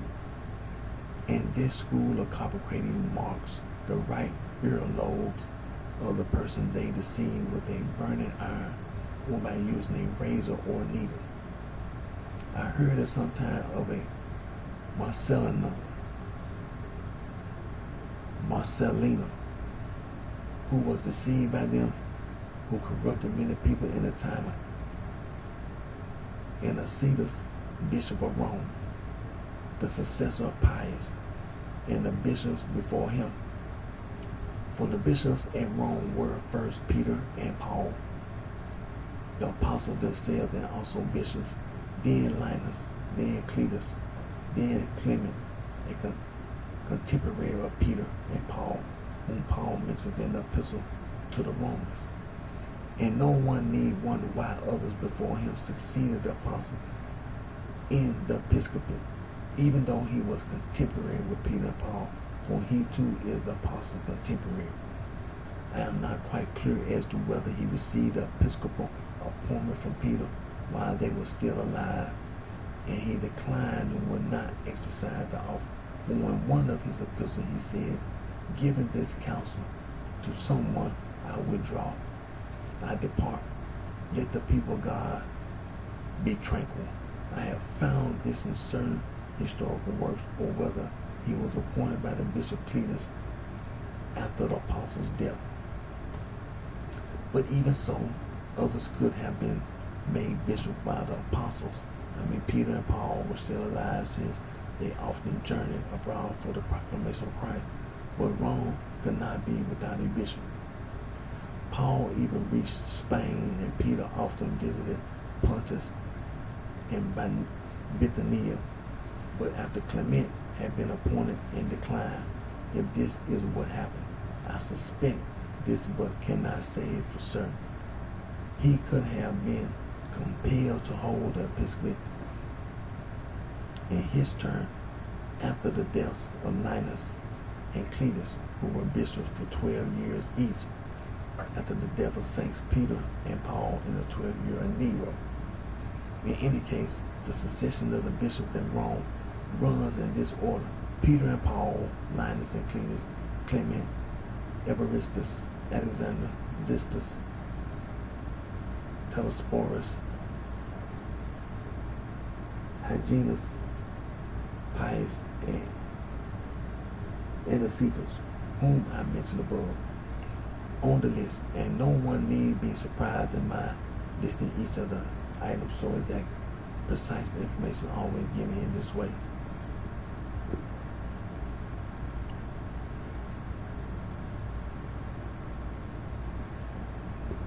In Anicetus' time, then, I said, the Marcellina I have spoken of appeared at Rome, spewing forth the corruption of Carpocrates' teaching, and corrupted and destroyed many there, and they made a beginning of the so-called Gnostics.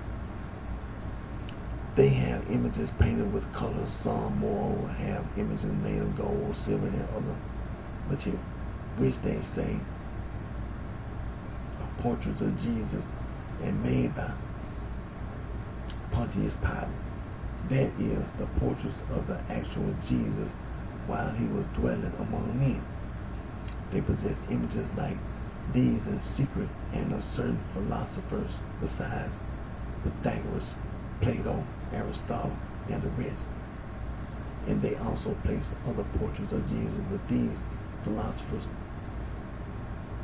And after setting them up, they worship them and celebrate heathen mysteries. For once they have erected these images, they go on to follow the customs of the heathen. For what are the customs of the heathen but sacrifices and the rest? They say that salvation is of the soul only and not of bodies. And so we are bound to refute these people with all our might. No one should despise argumentation, most of all against cheats. But someone might say, aren't these things that are easy to spot? And foolish through and through. Yes, but even foolish things have a way of convincing the foolish and subverting the wise. If no mind trained in the truth is there. Now, since Carpocrates too has fallen into the magic assignment and the rest, I am also going to refute him with the same arguments. For if the unknowable and unnameable power was the cause of other angels, either there is ignorance in it, that is, in the Father of all. If he did not know what the angels he was making would do, not realizing that they would rebel and create things he did not want created, or else he made them knowing that they were going to make things, but something he did not want God made by them, and by knowledge and consent he must be the maker of the things they have dared to make. Now, if, as I said, he knew what they would make, but didn't want them to, why would he make the makers to do what he didn't want done?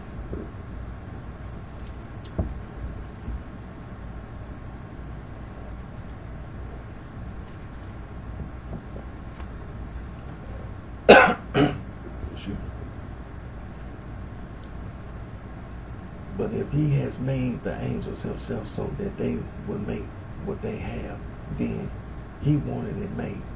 That is why he prepared the angelic makers beforehand, and if he prepared them beforehand to create, but forbids what they created.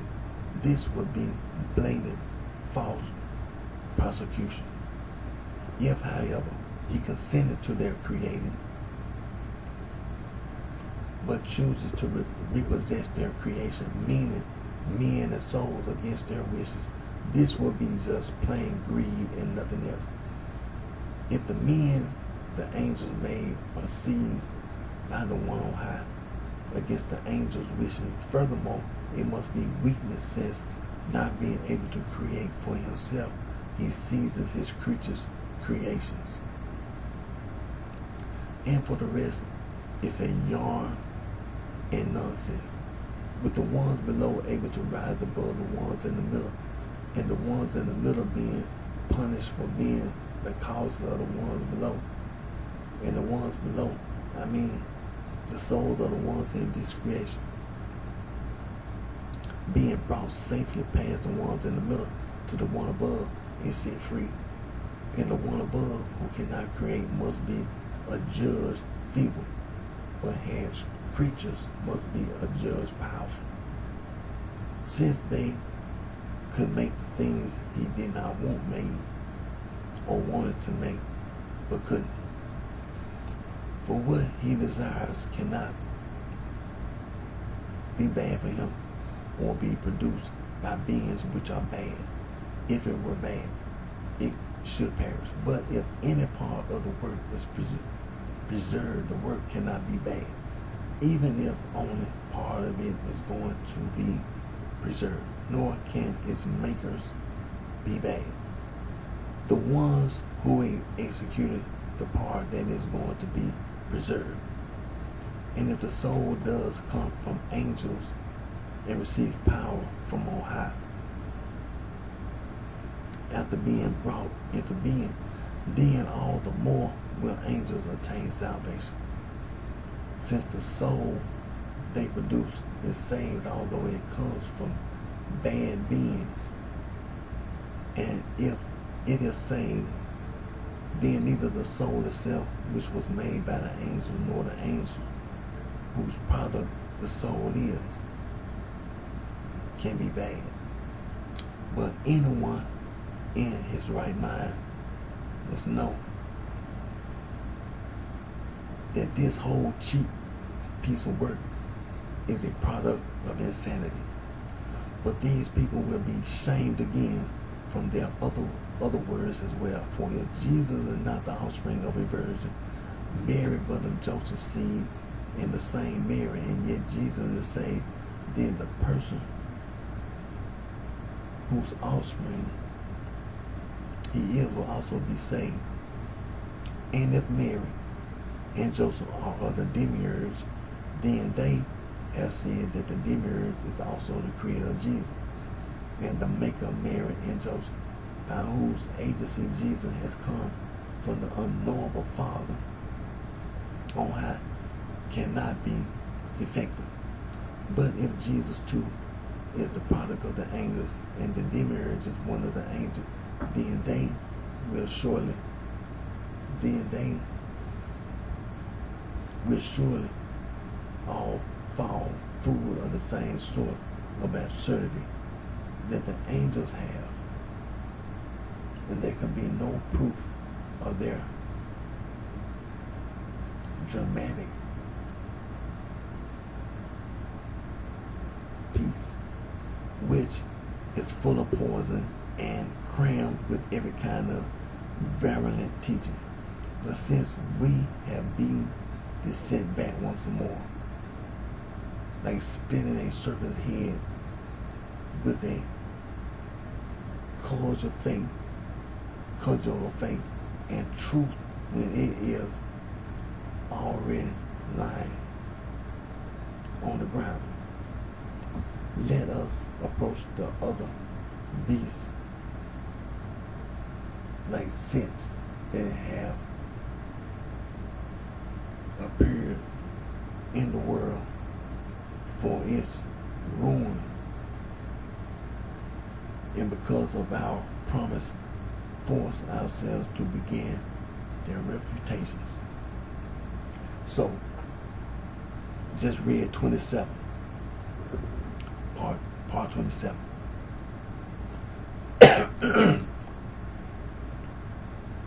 Again, excuse me. I just read part 27. Epiphanes against the corporations. And my next reading, I read part 28. Epiphanes against the Corinthians.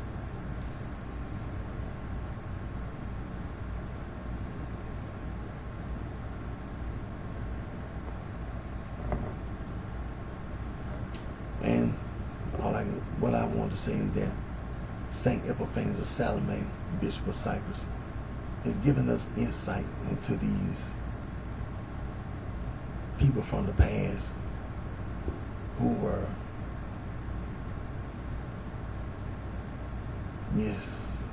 misled, and then they misled others.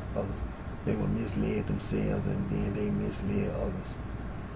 But Bishop Saint Epiphanes, Bishop of Cyprus,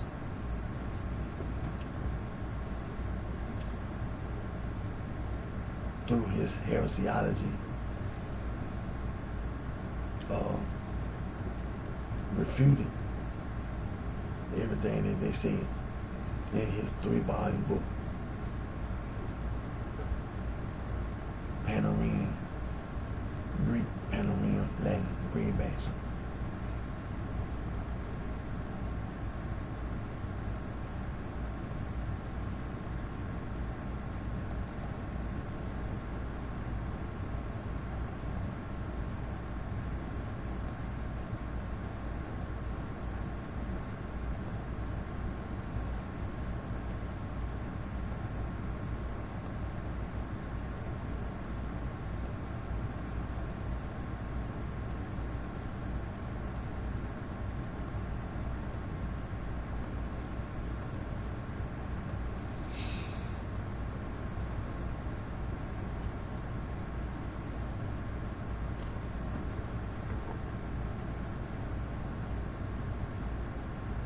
Okay, so like I said, I just read the Panarian Latin, Panarian Greek. Translate me in breadbasket. Read book 1, section 2, part 27. Epiphanes against the Copper Christians. 1:1 through 8:4.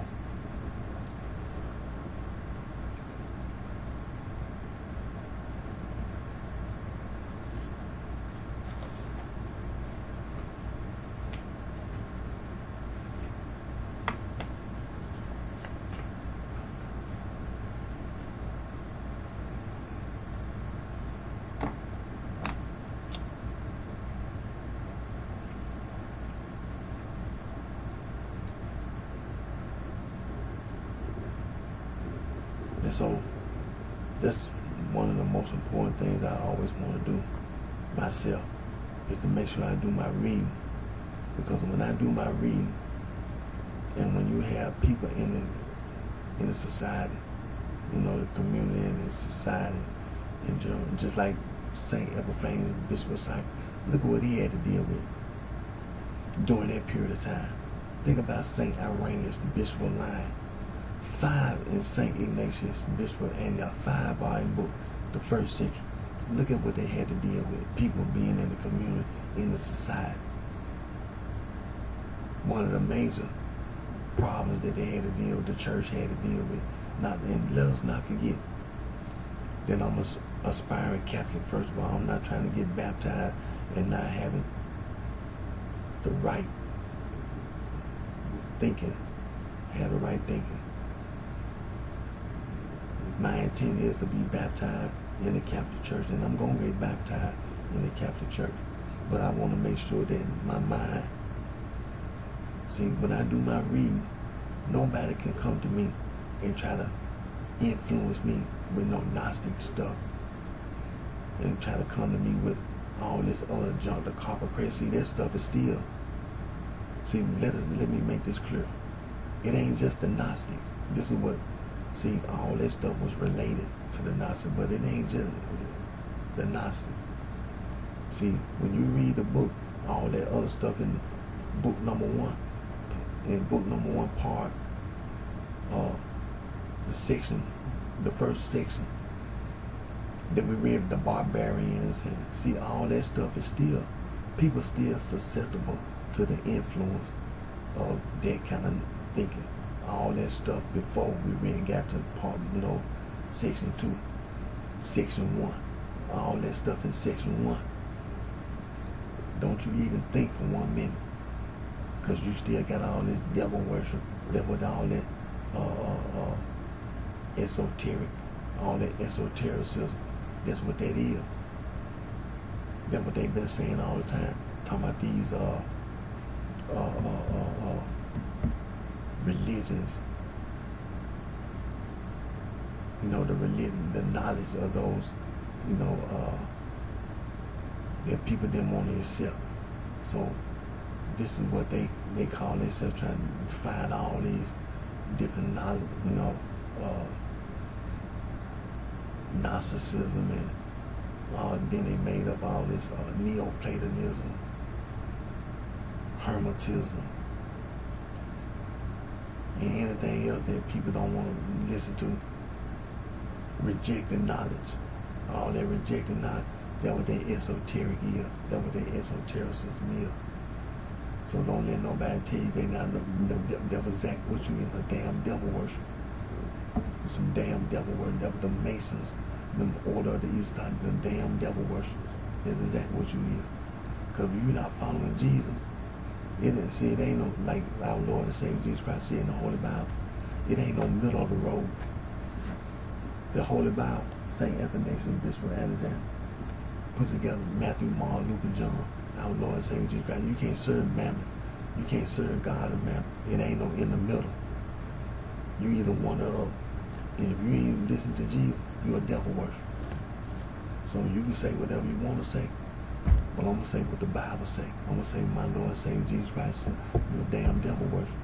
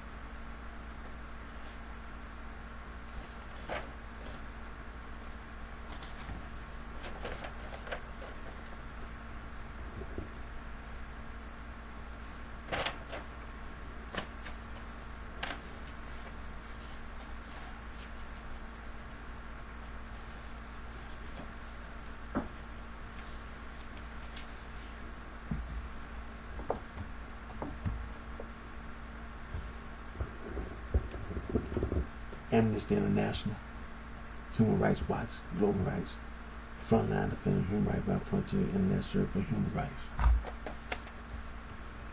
the Conservation International, Wildlife Conservation Society, Conservation Fund, Legal Conservation Board, Earth Watch, Institute, Conservative Association, Earth Justice, the Conservation Volunteers.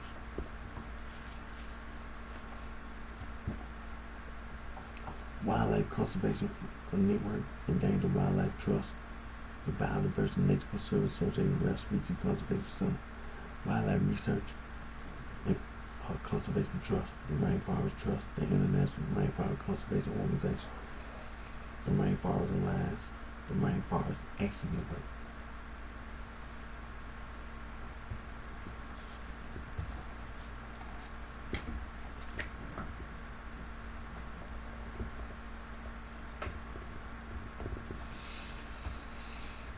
Biodiversity International, Earth Day Network, Environmental Defense Fund, Friends of the Earth, Friends of Nature, Greenpeace, the Nature Conservancy, Wildlife Conservation Society,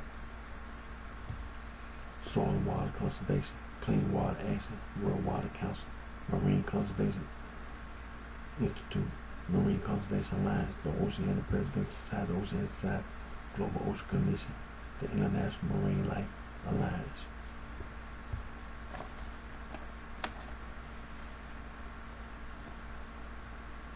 Did it ever occur to you? And it's some more.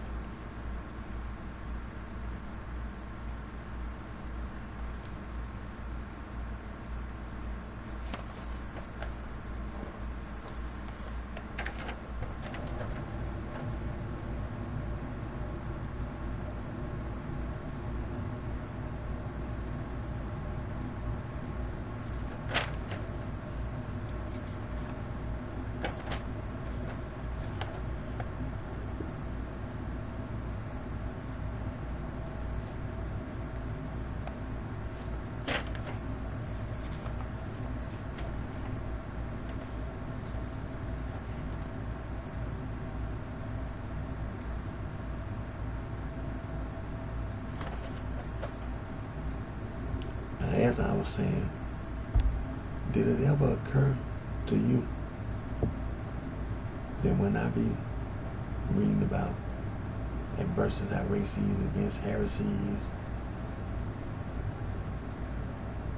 Saint Athanasius, the Bishop of Alexandria, his 39th Festal letter, Easter letter,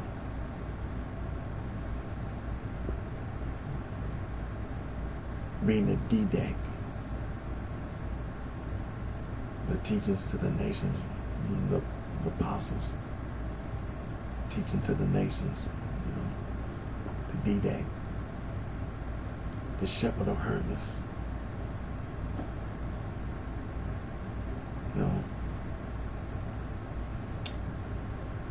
the Panorama, translated bread basket. Did it ever occur to you that the people that's making it that we had to have all this Amnesty International, Right Watch, Anti-Slavery International, fauna and flora, and the Rainforest Action Network, and International Marine Life Alliance. Did it ever occur to you that the reason,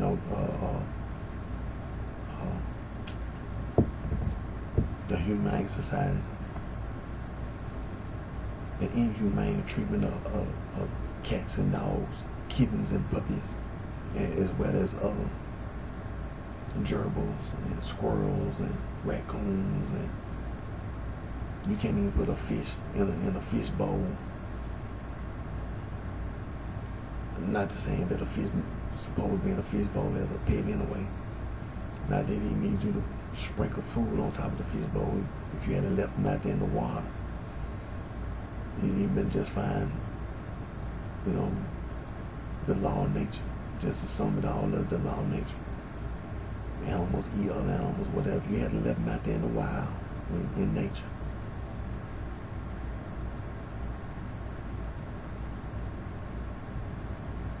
Did it ever occur to you that the reason why you had to have all these organizations, that's the reason why?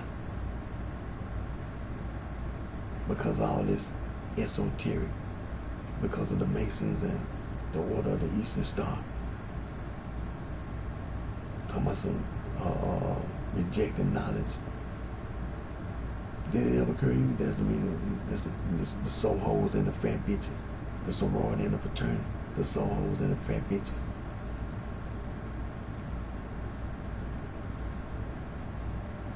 That's the reason why. They're the reason why. All this bigotry, hatred, prejudice, racism. That's the reason why. Because of all this rejected knowledge.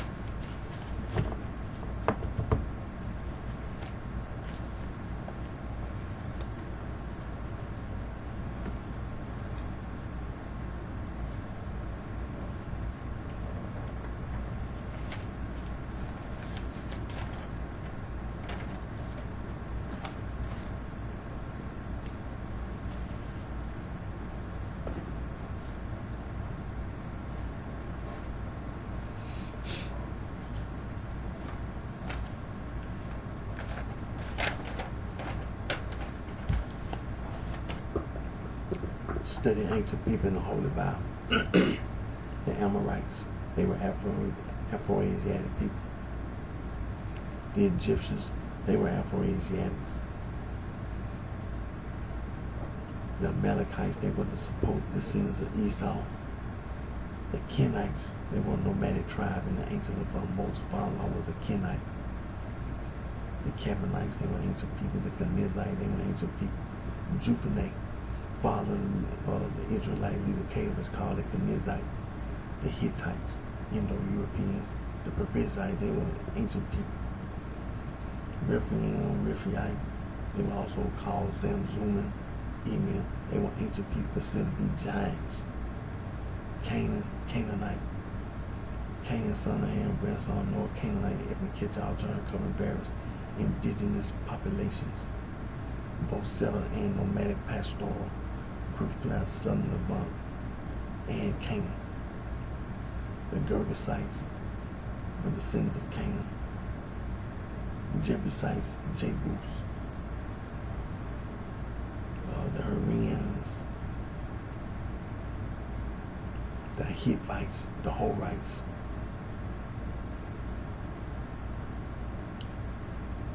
The Philistines, they were not Afro-Asiatic, and it has not been determined that the Philistines were Indo-Europeans. The Moabites, Afro-Asiatic. The Midianites, Afro-Asiatic. And the Ammonites, Afro-Asiatic.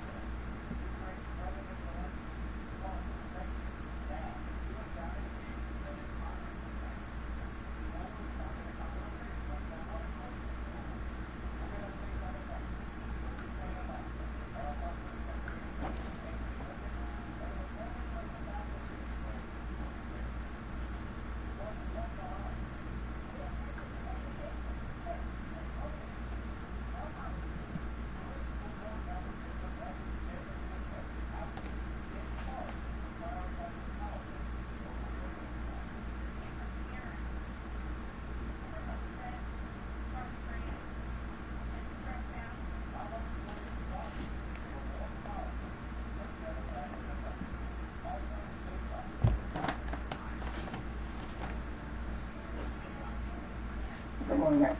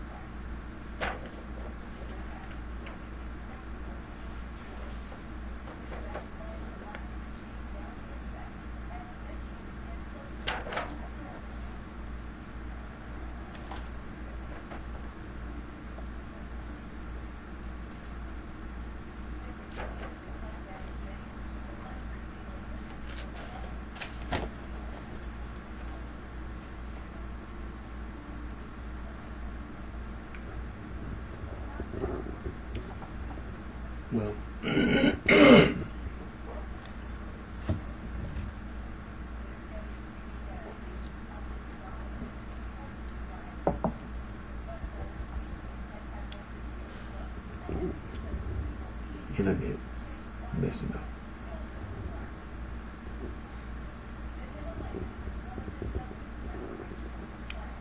No internet.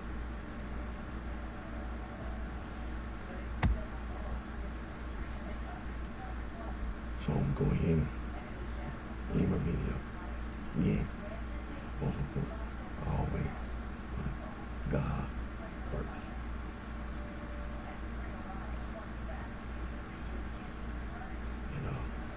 Again, my name, Eric D. Johnson. Also known BrightShine nearby here in the city of Memphis. The county sheriff, state of Tennessee. Thank all my fans, my support, and every team, towards support. Take care of yourself. My internet messing up.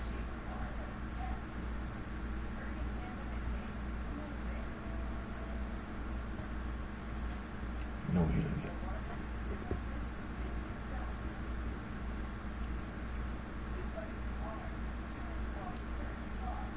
I save all